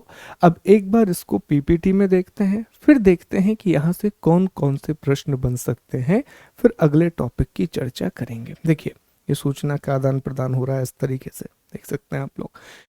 देखिए एक एक करके समझें इस चीज को। तो जैसा हमने बताया कि जो सूचना है वो लोकतंत्र के सशक्तिकरण का आधार है, जो इंफॉर्मेशन है वो बेसिस है of the empowerment of democracy. 1766 Sweden में सबसे पहले सूचना का अधिकार कानून लागू हुआ। इसके बाद दोस्तों 1990 का दशक 1990 का जो डिकेड है उसमें सबसे पहले राजस्थान में जो अरुणा रॉय किसान संगठन है इसके द्वारा आरटीआई की मांग की गई। वहीं सुप्रीम कोर्ट ने आरटीआई को अनुच्छेद 19(1)(a) के तहत एक अधिकार माना है, एक राइट माना है। 1997 में HD सॉरी समिति का गठन होता है। तमिलनाडु और गोवा में राइट टू इंफॉर्मेशन की शुरुआत होती है। 2002 सूचना की स्वतंत्रता विधेयक फ्रीडम ऑफ इंफॉर्मेशन बिल आया, लेकिन अनफॉर्चुनेटली यह पारित नहीं हो सका। 12 मई 2005 को आरटीआई अधिनियम संसद में पारित हुआ। वहीं 12 अक्टूबर 2005 को यह अधिनियम लागू हुआ। इसी अधिनियम की धारा 12 के द्वारा केंद्रीय सूचना आयोग का गठन किया गया है, जबकि धारा 15 के द्वारा राज्य सूचना आयोग का गठन किया गया है। इस एक्ट के सेक्शन 12 के द्वारा सेंट्रल इंफॉर्मेशन कमीशन बनाया गया। वहीं सेक्शन 15 के द्वारा स्टेट इंफॉर्मेशन कमीशन राज्य सूचना आयोग का गठन किया गया है। एक और पॉइंट आप याद रख रहे होंगे कि 1 अगस्त 2019 1 अगस्त 2019 सूचना के अधिकार में संशोधन किया गया है। और जैसा हमने आपको बताया कि इस अमेंडमेंट के द्वारा बहुत बड़े चेंजेस हुए हैं कि पहले सेंट्रल इंफॉर्मेशन कमिश्नर और स्टेट इंफॉर्मेशन कमिश्नर का कार्यकाल निर्धारित था, अब वो केंद्र सरकार पर निर्भर कर दिया गया है, सेंट्रल गवर्नमेंट पर निर्भर कर दिया गया है। एक बहुत इंपॉर्टेंट फैक्ट और याद रखेंगे दोस्तों कि भारत में जो पहली आरटीआई है वो 2005 में पुणे के एक पुलिस स्टेशन में शाहिद रजा नाम के व्यक्ति ने डाली थी। तो ये प्रश्न अगर कभी पूछ लिया जाए कि भारत में पहली आरटीआई कहां पर फिल की गई, तो जवाब होगा पुणे का एक पुलिस स्टेशन है, वहां पर शाहिद रजा के द्वारा 2005 में ही पहली आरटीआई एप्लीकेशन को लगाया गया। तो अब यहां से प्रश्न क्या क्या बनेंगे, एक बार मेरे साथ सभी चीजों को रिकॉल कीजिए ताकि ये टॉपिक दिमाग में बड़ा स्पष्ट हो जाए। तो पहला प्रश्न यहां से बन सकता है दोस्तों कि उस देश का नाम बताइए जहां पर पहली बार आरटीआई कानून लागू हुआ। तो जवाब क्या होगा, स्वीडन। अगला, HD सॉरी समिति कब बनी, HD सॉरी समिति की सिफारिशें कब आई, 1997 में। तीसरा प्रश्न बनेगा, भारत में आरटीआई अधिनियम कब पारित हुआ, आरटीआई एक्ट पास कब हुआ। तो जवाब देंगे मई 2005। लागू कब हुआ, अक्टूबर 2005। आरटीआई अधिनियम की किस धारा के तहत केंद्रीय सूचना आयोग का गठन किया गया है। Which section of RTI Act established the Central Information Commission? जवाब होगा कि सर जो इस अधिनियम की धारा 12 है, सेक्शन 12 है, उसके द्वारा सेंट्रल इंफॉर्मेशन कमीशन बनाया गया है। फिर अगला सवाल आपसे पूछेगा कि इस अधिनियम की किस धारा के द्वारा राज्य सूचना आयोग बनाया गया है, स्टेट इंफॉर्मेशन कमीशन बनाया गया है। तो जवाब देंगे धारा 15 के द्वारा, सेक्शन 15 के द्वारा स्टेट इंफॉर्मेशन कमीशन बनाया गया है। आखिरी प्रश्न, हाल ही में संशोधन कब हुआ, 2019। और भारत में पहली आरटीआई कब और कहां और किसने फाइल की। तो जवाब देंगे कि भारत में पहली आरटीआई पुणे के एक पुलिस थाने में शाहिद रजा ने 2005 में फाइल किया था। तो ये पूरे प्रश्न हैं जो पृष्ठभूमि से बन सकते हैं, जो बैकग्राउंड से बन सकते हैं। उम्मीद करता हूं कि ये टॉपिक आपके दिमाग में स्पष्ट हो रहा होगा। एक बार इसे देखिए, ठीक है। आप कमेंट कर सकते हैं सारे टॉपिक क्लियर होते जा रहे हैं कि नहीं। ठीक, आगे बढ़ते हैं। अब हम डिस्कस करेंगे दोस्तों सामान्य परिचय, जनरल इंट्रोडक्शन, हमेशा की तरह बड़ा महत्वपूर्ण टॉपिक। तो अब हमें ऑलरेडी पता है कि इस आयोग की स्थापना कब हुई, तो 12 अक्टूबर 2005 को केंद्र सरकार के द्वारा, सेंट्रल गवर्नमेंट के द्वारा केंद्रीय सूचना आयोग, सेंट्रल इंफॉर्मेशन कमीशन बनाया गया। अब ना ये वर्ड आजकल इंपॉर्टेंट है दोस्तों। अभी देखिए हमने महिला आयोग पढ़ा, हमने बाल आयोग की भी चर्चा कर ली, और अब हम सूचना आयोग पढ़ रहे हैं। इवन हमने एनजीटी भी पढ़ा था। तो इन सभी में एक बात क्या कॉमन है कि सभी का गठन केंद्र सरकार के द्वारा किया गया, सभी का जो एस्टेब्लिशमेंट है वो सेंट्रल गवर्नमेंट के द्वारा किया गया। ये एक बहुत इंपॉर्टेंट लाइन है जो आपको याद रखनी है कि सभी का गठन केंद्र सरकार ने किया है, और सेंट्रल गवर्नमेंट ने इसका गठन 12 अक्टूबर 2005 को किया।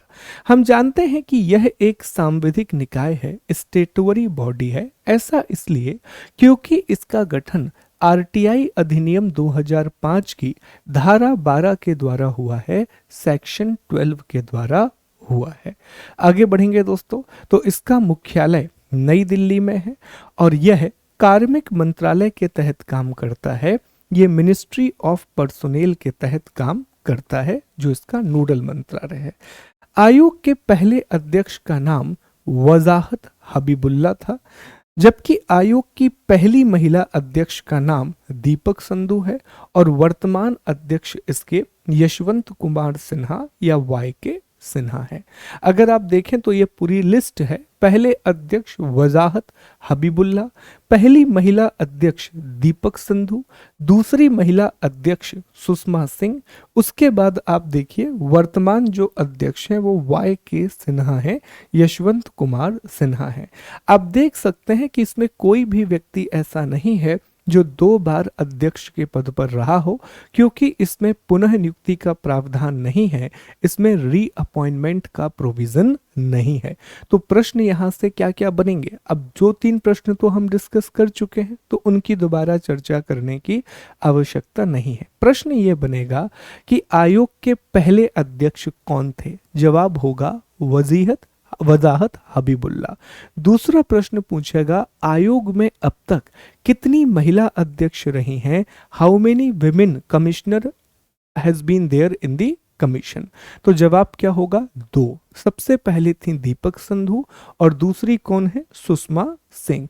आयोग के वर्तमान अध्यक्ष कौन है? जवाब दे रहे होंगे वाई के सिन्हा। और आयोग किस मंत्रालय के तहत काम करता है?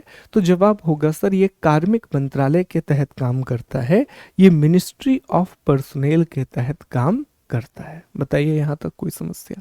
बहुत ही आसान है। अब तक जो हमने पढ़ा, हमने एक बैकग्राउंड को डिस्कस किया।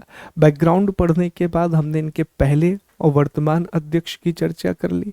कब बना आयोग? 12 अक्टूबर 2005 को। किस धारा के तहत? केंद्रीय सूचना आयोग आरटीआई अधिनियम की धारा 12 के तहत इसको बनाया गया।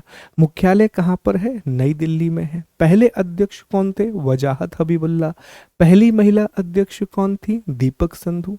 वर्तमान अध्यक्ष कौन है? वाई के सिन्हा, यशवंत कुमार सिन्हा। ठीक है, चलिए अब हम आगे बढ़ेंगे दोस्तों। अच्छा, ये वर्तमान ढांचा है। ये देखिए वाई के सिन्हा चीफ इंफॉर्मेशन कमिश्नर है। उसके अलावा ये सहायक या इंफॉर्मेशन कमिश्नर है, जिसमें वाजना एन सारना है, नीरज कुमार गुप्ता हैं, सुरेश चंद्रा हैं, उदय महुरकर हैं, सरोज पुनानी है, और हीरालाल समरिया। ये सब क्या हैं? इसके सदस्य हैं, ये सभी इसके मेंबर हैं। और ये अब तक के अध्यक्षों की सूची है। आप देख सकते हैं ये पहले अध्यक्ष हैं वजाहत हबीबुल्ला, ये दीपक संधू हैं जो कि पहली महिला अध्यक्ष हैं, ये सुषमा सिंह हैं जो कि दूसरी महिला अध्यक्ष हैं। तो ये अब तक के अध्यक्षों की एक सूची है। ठीक है, अब हमें चर्चा करनी है आयोग की संरचना, आयोग की नियुक्ति और योग्यताओं के बारे में। कमीशन का स्ट्रक्चर क्या है, इन्हें अपॉइंट कैसे किया जाता है, और इनकी क्वालिफिकेशन क्या है, इस बारे में अब हम चर्चा करेंगे। ध्यान से एक एक टॉपिक को समझिएगा, बहुत आसान है ये आयोग, इसमें कोई भी मुश्किल का सामना आपको नहीं करना पड़ेगा। ठीक है, अच्छा एक चीज और है, जैसे आप में से कुछ लोग कमेंट किए थे कि सर कंफ्यूजन हो रहा है आयोगों में। मैं पूरी तरीके से मानता हूं दोस्तों कंफ्यूजन होगा, ठीक है, पर उसका समाधान हमने पिछली क्लास में भी डिस्कस किया था। उसका समाधान ये है कि जैसे ही 8-10 आयोग हो जाएंगे तो मैं एक प्रॉपर टेबल से आपको रिवाइज करा दूंगा सारे टॉपिक। टेबल से रिवाइज कराने में फ़ायदा ये होगा कि आपके दिमाग में जो महत्वपूर्ण बातें हैं वो रिकॉल हो जाएंगी। और दूसरा बात देखिए, इस पीडीएफ का सहारा बार बार मत लीजिए। इस पीडीएफ से एक दो बार ही चीज़ों को पढ़िए और तब इसका सहारा लीजिए जब आपको लगे कि आप कुछ चीज़ भूल चुके हो। आपके लिए जो सबसे बड़ा आधार है वो आपकी सिनॉप्सिस है। और हो सकता है कुछ लोगों के सिनॉप्सिस 1 पेज में आ रहे हो, कुछ लोगों के सिनॉप्सिस 2 पेज में आ रहे हो, पर अगर 2 पेज में भी आपके सिनॉप्सिस आ रहे हैं तब भी आपके पास पूरे आयोगों के 30-32 पेज के नोट्स बन जाएंगे। तो उतने नोट्स अगर बनते हैं दोस्तों, तो उनको आप रिवाइज कीजिए, उनको प्रतिदिन पढ़िए। हर दिन एक दो आयोग को रिवाइज कीजिए। एक नया आयोग तो पढ़ना ही है, पर एक दो पुराने आयोगों को भी हमें रिवाइज करना है।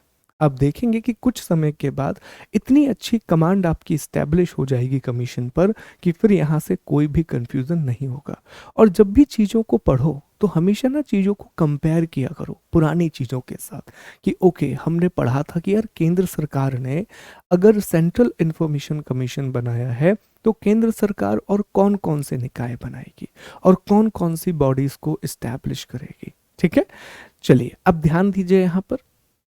तो सबसे पहले गठन, तो हमने देखा कि धारा 12 में ये लिखा हुआ है कि केंद्र सरकार के द्वारा, सेंट्रल गवर्नमेंट के द्वारा आयोग का गठन किया जाएगा। तो ये तो हम जानते हैं सर, हमने पढ़ा हुआ है।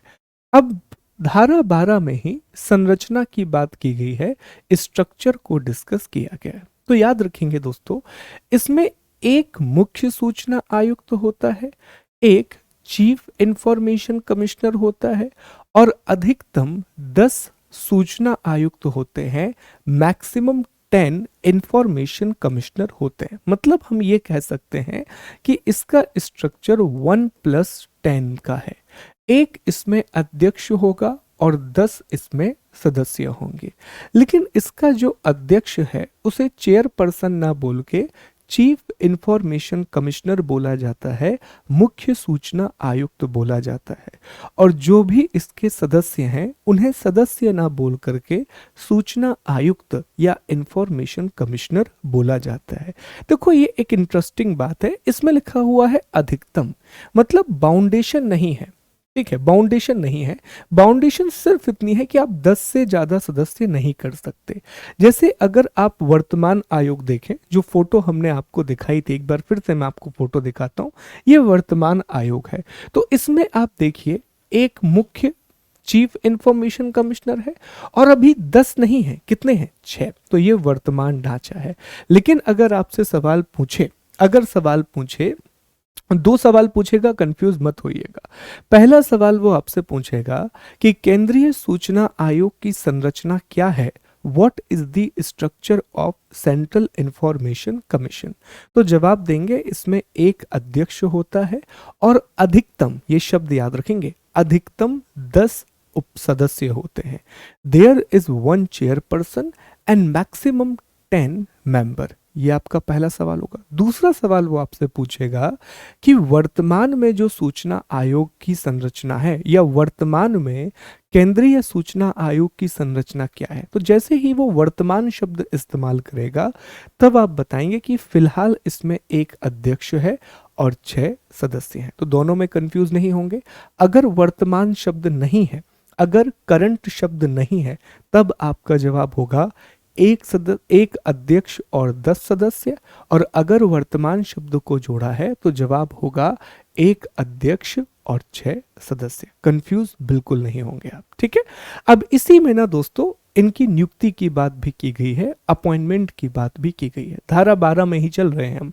इसमें नियुक्ति के बारे में लिखा है कि इनकी नियुक्ति राष्ट्रपति द्वारा की जाएगी। फाइनली बहुत सारे आयोगों को पढ़ने के बाद अब राष्ट्रपति की वापसी हो रही है। राष्ट्रपति को आखिरी बार पता है कहाँ पढ़ा था हमने? ओबीसी कमीशन में पढ़ा था। अब दोबारा से राष्ट्रपति की वापसी हो रही है। लेकिन राष्ट्रपति इन्हें सीधे अपॉइंट नहीं करेगा। अच्छा, समिति, इन्हें का मतलब है दोनों को, मुख्य सूचना आयुक्त को भी और अन्य सूचना आयुक्तों को भी। राष्ट्रपति इन्हें चयन समिति की सिफारिश पर नियुक्त करेगा, एक सिलेक्शन कमेटी की रिकमेंडेशन पर नियुक्त करेगा। इस चयन समिति में दोस्तों 3 लोग होते हैं। प्रधानमंत्री जो इस समिति के अध्यक्ष होंगे, लोकसभा में विपक्ष का नेता, leader of opposition in Lok Sabha, ठीक है, और तीसरा प्रधानमंत्री द्वारा नामित एक केंद्रीय कैबिनेट मंत्री, union cabinet minister nominated by the prime minister. तो ये तीन लोग इस बात की सिफारिश करेंगे राष्ट्रपति को कि किसे चीफ इंफॉर्मेशन कमिश्नर बनाया जाए और किसे इंफॉर्मेशन कमिश्नर बनाया जाए। मतलब यही वो लोग हैं जो एक मुख्य सूचना आयुक्त और 10 सूचना आयुक्त के नाम की सिफारिश करेंगे और कौन उन्हें नियुक्त करेगा? राष्ट्रपति के द्वारा उन्हें नियुक्त किया जाएगा, प्रेसिडेंट के द्वारा उन्हें अपॉइंट किया जाएगा। इसमें एक छोटी सी बात याद रखिएगा कि अगर लोकसभा में किसी भी व्यक्ति को विपक्ष के नेता का दर्जा नहीं दिया गया है, अपोजिशन लीडर का स्टेटस नहीं दिया गया है, तो जो सबसे बड़ी पार्टी का नेता होगा उसे विपक्ष का नेता माना जाएगा, उसे अपोजिशन पार्टी का लीडर माना जाएगा। तो ये सारी बातें हमने कहाँ पढ़ी हैं दोस्तों? अभी तक ये सारी बातें हमने धारा 12 में पढ़ी हैं। एक बार जल्दी से रिकॉल करते हैं और फिर आगे बढ़ते हैं कि सर अब तक हमने क्या क्या पढ़ लिया। तो हम धारा 12 पढ़ रहे हैं, सेक्शन 12 पढ़ रहे हैं। इसका जो पहला हिस्सा था वहां हमने डिस्कस किया कि सेंट्रल गवर्नमेंट के द्वारा सेंट्रल इंफॉर्मेशन कमीशन बनाया गया। इसका जो दूसरा हिस्सा था वहां हमने इसकी संरचना को डिस्कस किया, स्ट्रक्चर को डिस्कस किया और जाना कि इसमें एक मुख्य सूचना आयुक्त होते हैं और अधिकतम 10 सूचना आयुक्त होते हैं। There is a 1 chief information commissioner and 10 information commissioner. फिर हमने तीसरी धारा को डिस्कस किया जहां हमने जाना कि इन सभी की जो नियुक्ति है वो राष्ट्रपति के द्वारा की जाती है। हालांकि राष्ट्रपति इनकी नियुक्ति एक चयन समिति की सिफारिश के आधार पर करते हैं जिसमें अध्यक्ष प्रधानमंत्री होते हैं। प्रधानमंत्री के द्वारा नॉमिनेटेड एक कैबिनेट मिनिस्टर होते हैं और साथ ही साथ में लोकसभा हाउस ऑफ पीपल में जो विपक्ष का नेता है, लीडर ऑफ अपोजिशन, वो शामिल होता है। अब हम आगे बढ़ेंगे तो इसी की जो धारा 5 और 6 है उसमें योग्यताओं की बात की गई है, उसमें क्वालिफिकेशंस की बात की गई है। क्या लिखा हुआ है ये समझने की कोशिश करते हैं। देखिए सबसे पहले इसमें लिखा हुआ है कि दोनों की योग्यताएं, चीफ इंफॉर्मेशन कमिश्नर या फिर अदर इंफॉर्मेशन कमिश्नर। ये बात बहुत इंपॉर्टेंट है क्योंकि इससे पहले जो हम आयोग पढ़े, हमने महिला आयोग की चर्चा की, हमने बाल आयोग की चर्चा की। वहां पर आप देखोगे कि अध्यक्ष की योग्यता अलग होती थी और सदस्यों के लिए योग्यताएं अलग होती थी, लेकिन यहां पर ऐसा नहीं है। यहां पर नियुक्ति की जब बात हो रही है तो दोनों की नियुक्ति की बात हो रही है, योग्यताओं की बात हो रही है तब भी दोनों की योग्यताओं की बात हो रही है। ये बात विशेष तौर पर आप ध्यान रखेंगे, ठीक है, कि यहां पर अध्यक्ष और सदस्य दोनों के लिए एक जैसी प्रक्रिया का पालन किया जा रहा है, दोनों के लिए एक सिमिलर प्रोसेस को फॉलो किया जा रहा है। क्या कहा गया है? कहा गया है कि एक ऐसा व्यक्ति जिसे विधि या फिर विज्ञान या फिर प्रौद्योगिकी या समाज सेवा, प्रबंध, पत्रकारिता, प्रशासन, ठीक है, जनजीवन का अनुभव या जनसंपर्क विभाग का अनुभव हो, wide knowledge and experience in law, science and technology, social service, management, journalism, mass media और एडमिनिस्ट्रेशन इन दी गवर्नेंस। ये बात, अगर इस में से किसी भी एक चीज का व्यापक अनुभव है, अगर अच्छा एक्सपीरियंस है, तो ऐसे व्यक्ति को मुख्य सूचना आयुक्त या अन्य सूचना आयुक्त बनाया जा सकता है। तो ऐसे व्यक्ति को आयोग का अध्यक्ष या सदस्य बनाया जा सकता है। दूसरी बात, इसमें एक बहुत इंपॉर्टेंट बात कही गई है कि ना वो व्यक्ति संसद में होना चाहिए, ना ही वो व्यक्ति राज्य की विधायिका में होना चाहिए और ना ही उसे किसी दूसरे लाभ के पद पर होना चाहिए, ठीक है, ना ही उस व्यक्ति को मेंबर ऑफ पार्लियामेंट होना चाहिए, ना ही उसे मेंबर ऑफ लेजिस्लेचर होना चाहिए किसी भी स्टेट का, ठीक है, या फिर उसे किसी भी प्रकार के ऑफिस ऑफ प्रॉफिट को होल्ड नहीं करना चाहिए। ऐसा व्यक्ति अगर किसी भी प्रकार की चीजों को होल्ड करेगा तो अल्टीमेटली वो डिस्क्वालीफाई हो जाएगा, वो आयोग का अध्यक्ष या सदस्य नहीं बन सकता। ठीक है, यहाँ तक बात स्पष्ट है। बहुत आसान है कि ये पूरे पैरामीटर दिए गए हैं कि साहब उसे विधि, विज्ञान, प्रौद्योगिकी, समाज सेवा, प्रबंध, पत्रकारिता, इन सब में से किसी का अनुभव है तो उसे अध्यक्ष या सदस्य बना सकते हैं। क्या नहीं होना चाहिए? तो ना ही वो लाभ के पद पर होना चाहिए, ना ही वो राज्य विधायिका का सदस्य होना चाहिए, ना ही वो संसद का सदस्य होना चाहिए। ठीक है, इसके बाद 12(7) में मुख्यालय की बात की गई है और आयोग का मुख्यालय कहाँ पर है? नई दिल्ली में स्थित है, न्यू दिल्ली में स्थित है। तो अब इसी को हम आगे बढ़ाएं तो हमें पता पड़ता है कि सर आगे की जो धारा 5 और 6 है उसमें योग्यताओं की बात की गई है, क्वालिफिकेशंस को डिस्कस किया गया है। और इस अधिनियम की जो धारा 12(7) है, 12(7) में मुख्यालय की बात की गई है, 12(7) में हेडक्वार्टर की बात की गई है और कहा गया है कि आयोग का जो मुख्यालय है वो नई दिल्ली में होगा, वो न्यू दिल्ली में होगा। ठीक है, तो देखिए आयोग की संरचना में एक अध्यक्ष, 10 सदस्य, नियुक्ति राष्ट्रपति करते हैं एक समिति की सिफारिश पर जिसमें प्राइम मिनिस्टर द्वारा नॉमिनेटेड कैबिनेट मिनिस्टर और लोकसभा में विपक्ष का नेता होता है। मुख्यालय कहाँ पर है? नई दिल्ली। योग्यताएं आपको याद नहीं करना है, योग्यताओं को याद करने की जरूरत नहीं है। तो अब तक हमने क्या क्या पढ़ लिया? पृष्ठभूमि डिस्कस की, स्वीडन से कहानी को शुरू किया, 2019 के संशोधन पे खत्म किया। इसके बाद सामान्य परिचय पढ़ा जहां हमने नोडल मंत्रालय, प्रथम, वर्तमान और महिला अध्यक्षों की बात की।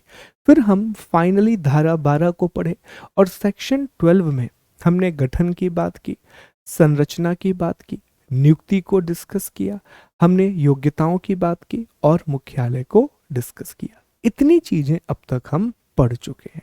अब हम आगे बढ़ेंगे दोस्तों और अब हमें चर्चा करनी है पदावधि और सेवा शर्तों के बारे में। टेन्योर और सर्विस कंडीशन को हमें डिस्कस करना है, जिनकी चर्चा धारा 13 में की गई है, जिन्हें सेक्शन 13 में डिफाइन किया गया है। तो पदावधि के बारे में क्या लिखा है समझेंगे। पहले यहां पर पदावधि दी हुई होती थी, अब इसमें लिख दिया गया है कि चाहे वो अध्यक्ष हो चाहे वो सदस्य हो, दोनों की जो पदावधि है वो केंद्र सरकार के द्वारा निर्धारित की जाएगी, वो सेंट्रल गवर्नमेंट के द्वारा डिसाइड की जाएगी। चाहे वो अध्यक्ष हो चाहे वो सदस्य हो, उसे पुनः नियुक्त नहीं किया जाएगा, उसे रीअपॉइंट नहीं किया जाएगा। पहले अधिनियम में दिया हुआ था, पहले एक्ट में क्लियरली इसे डिफाइन किया गया था, लेकिन अब केंद्र सरकार ने कहा है कि चाहे वो केंद्रीय सूचना आयोग के अध्यक्ष या सदस्य हो या चाहे वे राज्य सूचना आयोग के अध्यक्ष या सदस्य हो, दोनों की पदावधि का निर्धारण केंद्र सरकार करेगी, दोनों के टेन्योर को सेंट्रल गवर्नमेंट डिसाइड करेगी। अब क्या डिसाइड किया है? तो केंद्र सरकार ने क्या किया दोस्तों, 24 अक्टूबर 2019, 24 अक्टूबर 2019 को एक नोटिफिकेशन जारी किया और उस नोटिफिकेशन में कहा कि अध्यक्ष या सदस्य इनका जो कार्यकाल होगा वो 3 वर्ष या 65 वर्ष का होगा। पहले 5 वर्ष और 65 वर्ष था, अब सरकार ने इसे कितना कर दिया है? 3 साल या 65 साल कर दिया है, 3 ईयर और 65 ईयर कर दिया है। ये चेंज हुआ है जो आपको याद रखना है। ठीक है, इसके बाद अगला है शपथ। तो राष्ट्रपति इनको शपथ दिलवाएंगे या फिर राष्ट्रपति नहीं है तो राष्ट्रपति किसी को नॉमिनेट कर सकते हैं। त्यागपत्र, तो डेफिनेट सी बात है, जो इन्हें नियुक्त कर रहा है उसी को ये त्यागपत्र देंगे, राष्ट्रपति को त्यागपत्र देंगे। वेतन और सेवा शर्तें ये केंद्र सरकार तय करेगी, सेंट्रल गवर्नमेंट तय करेगी। और सेंट्रल गवर्नमेंट ने अगेन इसी नियम के द्वारा बताया है कि जो चीफ इंफॉर्मेशन कमिश्नर होगा इसका वेतन 2.5 लाख रुपए होगा, जबकि जो इंफॉर्मेशन कमिश्नर है इनका वेतन 2.25 लाख रुपए होगा। ठीक है, इसमें एक और बात कही गई है कि अगर आयोग को कर्मचारियों की आवश्यकता है तो वो कर्मचारी केंद्र सरकार उन्हें उपलब्ध कराएगी, सेंट्रल गवर्नमेंट उन्हें उपलब्ध कराएगी। तो इसमें से ना जो इंपॉर्टेंट बातें हैं वो आप विशेष तौर पर ध्यान रखिएगा कि जो धारा 13 है, जो सेक्शन 13 है, उसमें क्या दिया गया है। धारा 13 में सबसे पहले पदावधि की बात की गई है। तो आप कहेंगे कि साहब पहले पदावधि डिसाइड थी, लेकिन 2019 में आरटीआई अधिनियम में संशोधन किया गया और अब ये कहा गया है कि जो आयोग का अध्यक्ष होगा या मेंबर होगा, तो इनकी पदावधि का निर्धारण केंद्र सरकार करेगी, इनके टेन्योर को सेंट्रल गवर्नमेंट डिसाइड करेगी। तो केंद्र सरकार ने 24 अक्टूबर 2019 को नियम जारी किए और उसमें बताया कि चाहे वो चेयरपर्सन हो, चाहे वो मेंबर हो, उनका कार्यकाल 3 साल या 65 साल का होगा।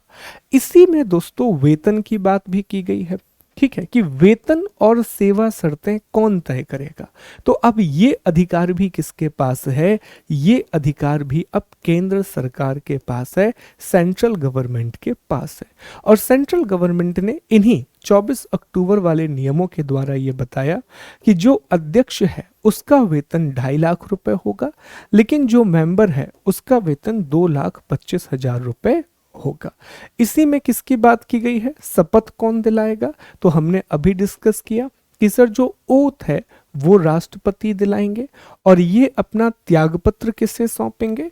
तो सर जिन्होंने इन्हें नियुक्त किया है उन्हीं को वो अपना त्यागपत्र सौंपेंगे, अर्थात राष्ट्रपति को वो अपना त्यागपत्र देंगे। तो धारा 12 में सेक्शन 12 में गठन की बात की गई थी, संरचना की बात की गई थी, ध्यान दीजिएगा, गठन की बात की गई थी, संरचना को डिस्कस किया गया था, नियुक्ति की बात की गई थी, योग्यता की बात की गई थी, मुख्यालय की बात की गई थी। जो धारा 13 है उसमें पदावधि की बात कर रहे हैं, उसमें वेतन की बात कर रहे हैं, शपथ की बात कर रहे हैं और त्यागपत्र रेजिग्नेशन देने की बात कर रहे हैं। ठीक है, ये आपने याद रखना है। और कर्मचारी भी धारा 13 में दिए गए हैं कि केंद्र सरकार उपलब्ध कराएगी। इसके बाद है हटाने की प्रक्रिया, रिमूवल प्रोसेस। और हटाने की प्रक्रिया भी दोनों की समान ही है, धारा 14 में दी गई है, सेक्शन 12 में दी गई है। तो धारा 14 में कहा गया है कि चाहे वो आयोग का अध्यक्ष हो या सदस्य हो, दोनों को राष्ट्रपति के द्वारा हटाया जाएगा, दोनों को प्रेसिडेंट के द्वारा रिमूव किया जाएगा। ठीक है, चाहे वो मेंबर हो चाहे वो चेयरपर्सन हो, दोनों को राष्ट्रपति हटाएंगे। तो क्या राष्ट्रपति इन्हें सीधे हटा सकते हैं? जवाब है नहीं। दो तरीके होते हैं। एक वो केस है जब इन्हें राष्ट्रपति सीधे हटा सकते हैं और वो केस हम सभी लोग जानते हैं, हम पहले से पढ़ते आ रहे हैं। केस क्या हो सकता है कि अगर वो दिवालिया हो जाए तो आप सीधे हटा दीजिए, ऐसा कोई अपराध कर दे जो केंद्र सरकार की नजर में या राष्ट्रपति की नजर में नैतिक अक्षमता से जुड़ा हुआ हो, मोरल टर्पिट्यूड से जुड़ा हुआ हो, ठीक है, या फिर अपनी पदावधि के दौरान कहीं और वेतन प्राप्त करने लगे, अक्षमता आ जाए, या कोई ऐसा हित अर्जित कर ले जिससे उनके कामों पर प्रभाव पड़े। तो ये वो सारे आधार हैं जहां पर राष्ट्रपति अध्यक्ष या सदस्य को सीधे सीधे हटा सकता है।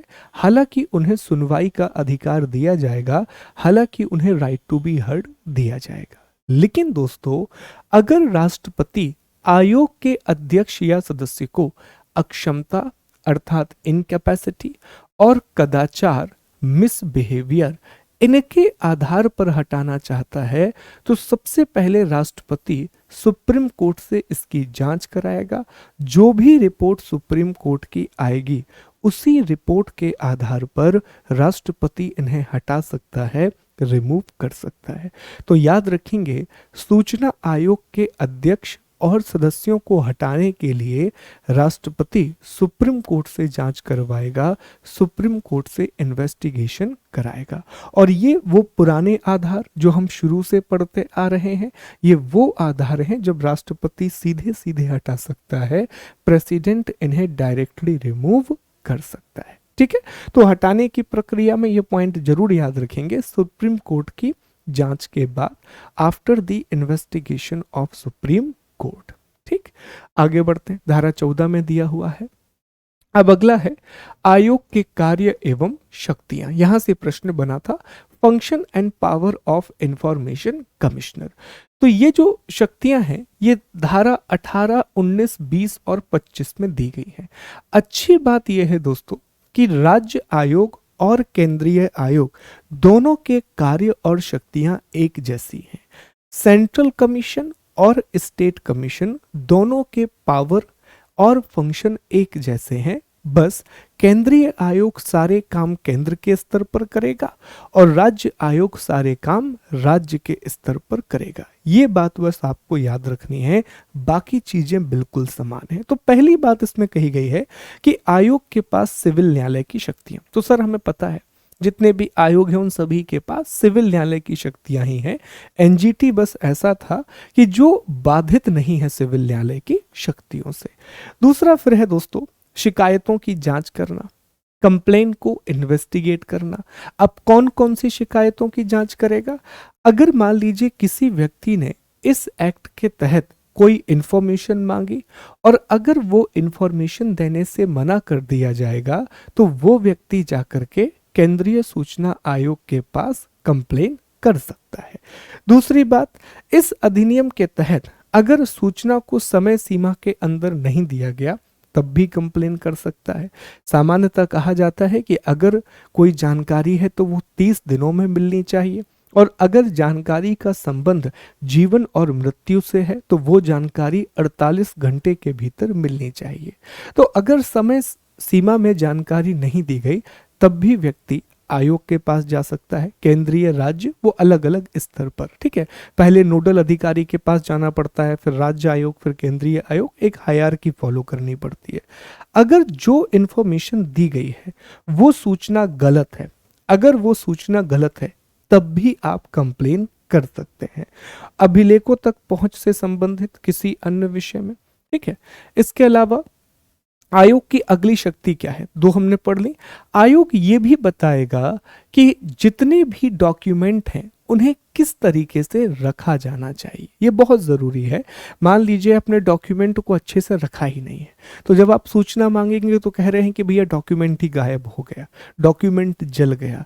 तो आयोग ने दो बातें कही हैं, जितने भी डॉक्यूमेंट होंगे अब उनका डिजिटलीकरण किया जाए, सभी को कंप्यूटरीकृत किया जाए और उनके रखरखाव के लिए एक पैरामीटर जारी किए हैं कि हर एक प्रकार के डॉक्यूमेंट को किस तरह से संरक्षित रखा जाएगा, किस तरह से उन्हें प्रिजर्व किया जाएगा, ठीक है।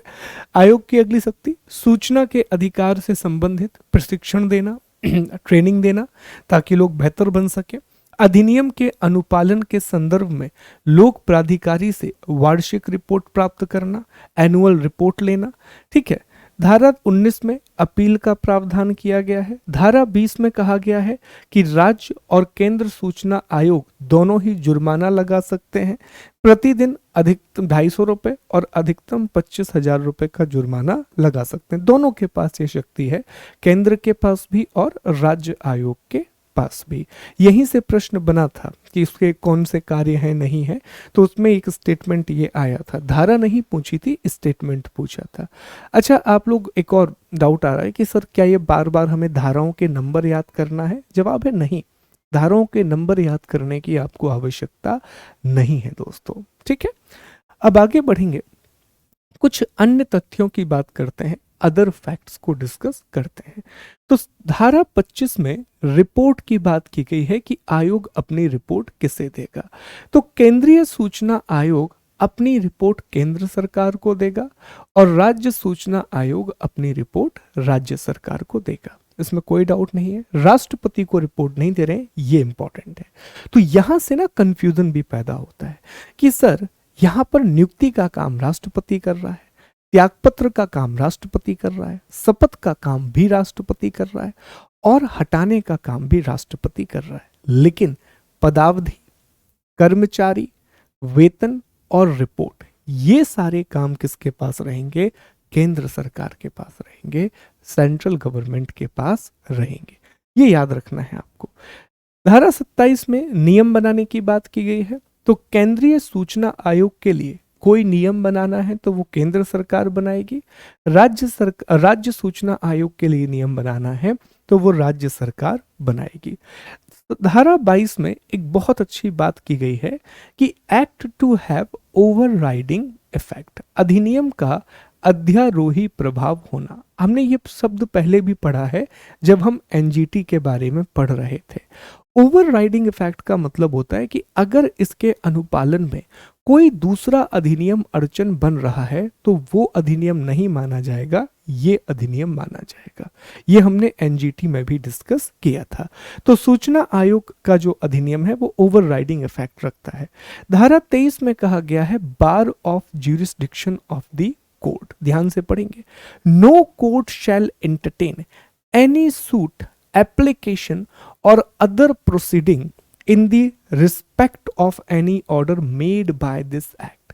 न्यायालयों की अधिकारिता का वर्जन, कोई भी न्यायालय इस अधिनियम के अधीन किए गए किसी आदेश के संबंध में कोई वाद ग्रहण नहीं करेगा।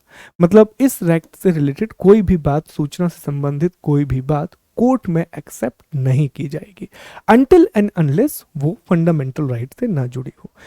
केंद्र सरकार रिपोर्ट को संसद में रखती है और राज्य सरकार रिपोर्ट को राज्य विधायिका में रखती है। मतलब सेंट्रल इंफॉर्मेशन कमीशन अपनी रिपोर्ट केंद्र सरकार को देगा, केंद्र सरकार इसे संसद में रखेगी। राज्य सूचना आयोग अपनी रिपोर्ट राज्य सरकार को देगा और राज्य सरकार उसे राज्य विधायिका में रखेगी, स्टेट लेजिस्लेशन में पेश करेगी। जो भी नियम केंद्र सरकार बनाएगी उसे 30 दिन के लिए संसद में रखा जाएगा और जो भी नियम राज्य सरकार बनाएगी उसे 30 दिन के लिए राज्य विधायिका में रखेगी। ये पहले भी हमने पढ़ा हुआ है, for the period of 30 days. अच्छा, आप समझ रहे हैं कि हम स्पीड हल्की सी क्यों बढ़ा रहे हैं? क्योंकि अब मुझे पता है ना कि ये सारी बातें आपके दिमाग में ऑलरेडी हैं। अब मुझे इसे एक्सप्लेन करने की आवश्यकता नहीं है, पहले हम इसे एक्सप्लेन कर चुके हैं, इसीलिए थोड़ा सा स्पीड अप हमने किया हुआ है टॉपिक को। ठीक है, इसके बाद आप देखें, यदि किसी सूचना आयुक्त को मुख्य सूचना आयुक्त के रूप में, ये इंपॉर्टेंट नहीं है, पढ़ लीजिएगा। सर्वप्रथम मध्य प्रदेश सरकार ने मध्य प्रदेश जानकारी स्वतंत्रता अधिनियम 2002 को 31 जनवरी 2003 को मध्य प्रदेश के गजट में प्रकाशित किया था, लेकिन यह प्रभावी रूप से लागू नहीं किया गया। मध्य प्रदेश सरकार का सामान्य प्रशासन विभाग जानने का हक नामक पुस्तक प्रकाशित करता है। ठीक है, भारतीय संविधान के अनुच्छेद 19(1) के तहत वाक एवं, तो ये हमने पढ़ लिया है कि सूचना का जो अधिकार है वो बेसिकली आर्टिकल 19(1)(a) के अंडर में आता है। ठीक है, तो सामान्य जो अन्य तथ्य हमने पढ़े हैं, इसमें इंपॉर्टेंट बात जो आपको याद रखना है दोस्तों, एक बार मैं रिपीट करा देता हूं आपको सारी इंपॉर्टेंट बातें। अन्य तथ्यों में सबसे पहली बात आप याद रखेंगे रिपोर्ट, कि आयोग अपनी रिपोर्ट किसे देता है। तो रिपोर्ट में आप जवाब देंगे कि सर सेंट्रल इंफॉर्मेशन कमीशन अपनी रिपोर्ट सेंट्रल गवर्नमेंट को देगा और सेंट्रल गवर्नमेंट इसे संसद के सामने पेश करेंगे। वहीं स्टेट इंफॉर्मेशन कमीशन अपनी रिपोर्ट स्टेट गवर्नमेंट को देगा और स्टेट गवर्नमेंट इसे राज्य विधायिका में पेश करेगी। दूसरा, नियम बनाने की शक्तियों को हमने डिस्कस किया, रूल्स बनाने की पावर को हमने डिस्कस किया। देखा कि सेंट्रल इंफॉर्मेशन कमीशन के जो नियम है वो केंद्र सरकार बनाएगी और स्टेट इंफॉर्मेशन कमीशन के जो नियम है वो स्टेट गवर्नमेंट बनाएगी। फिर हमने और क्या बात समझी, हमने एक और इम्पॉर्टेंट बात डिस्कस की कि आयोग की कोई भी बात है तो इस पर कोर्ट डिसीजन नहीं लेगा, कोर्ट के ज्यूरिसडिक्शन में ये नहीं आते हैं। चौथी बात जो हमने यहीं पर पढ़ी वो ये कि मध्य प्रदेश में भी आरटीआई लागू करने के लिए 2002 में एक अधिनियम लाया गया था जो 2003 से लागू हुआ था और मध्य प्रदेश में एक पत्रिका जारी की जाती है जानने का हक, ये एक पत्रिका का नाम है। तो इतनी बातें अब तक हम अन्य तथ्यों के तहत पढ़ चुके हैं, अदर फैक्ट्स के तहत पढ़ चुके हैं। तो देखिए दोस्तों, हमने ऑलमोस्ट बहुत सारी बातों को रिपीट कर लिया है, बहुत सारी बातों को हमने रिकॉल कर लिया है। अब हमारे 2 टॉपिक बच रहे हैं। एक बार मैं आपको बता दूं कि हमने क्या क्या पढ़ लिया है ताकि दिमाग में एक बार वो आइडिया एस्टैब्लिश हो सके। एक सेकंड दीजिए बस मुझे। ओके, ये देखिए। तो अब तक हमने क्या क्या पढ़ लिया है? हमने पृष्ठभूमि की बात कर ली, हमने परिचय पढ़ लिया, संरचना पढ़ ली, पदावधि और सेवा शर्तों को डिस्कस किया, हमने हटाने की प्रक्रिया को भी डिस्कस किया, आयोग के कार्य पढ़ लिए और अन्य तथ्य पढ़ लिए। अब हमें क्या पढ़ना है दोस्तों? तो अब हमें डिस्कस करना है राज्य सूचना आयोग के बारे में, स्टेट इंफॉर्मेशन कमीशन के बारे में। बस थोड़ा सा टॉपिक और बचा हुआ है, फिर ये टॉपिक भी हमारा समाप्त हो जाएगा। एक सेकंड दीजिए, फिर हम इस टॉपिक को शुरू करते हैं।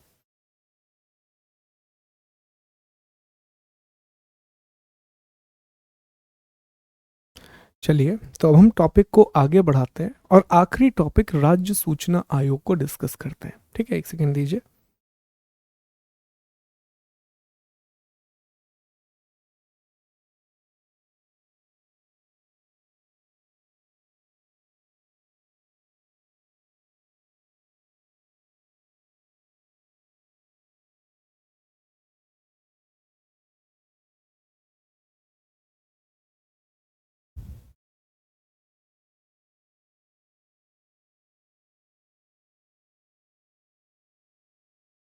ओके, अब देखिए, ये बात हमने शुरू में ही डिस्कस कर ली थी कि जो राज्य सूचना आयोग है, स्टेट इंफॉर्मेशन कमीशन है, इसका गठन भी आरटीआई अधिनियम, राइट टू इंफॉर्मेशन एक्ट 2005 की धारा 15 के द्वारा किया गया है, सेक्शन 15 के द्वारा किया गया है। मतलब ये हुआ कि जितने भी राज्य सूचना आयोग होंगे वो सारे के सारे सांविधिक निकाय होंगे, वो सारे के सारे स्टैट्यूटरी बॉडी होंगे। ये बात तो स्पष्ट है, यहाँ तक तो कोई डाउट नहीं है।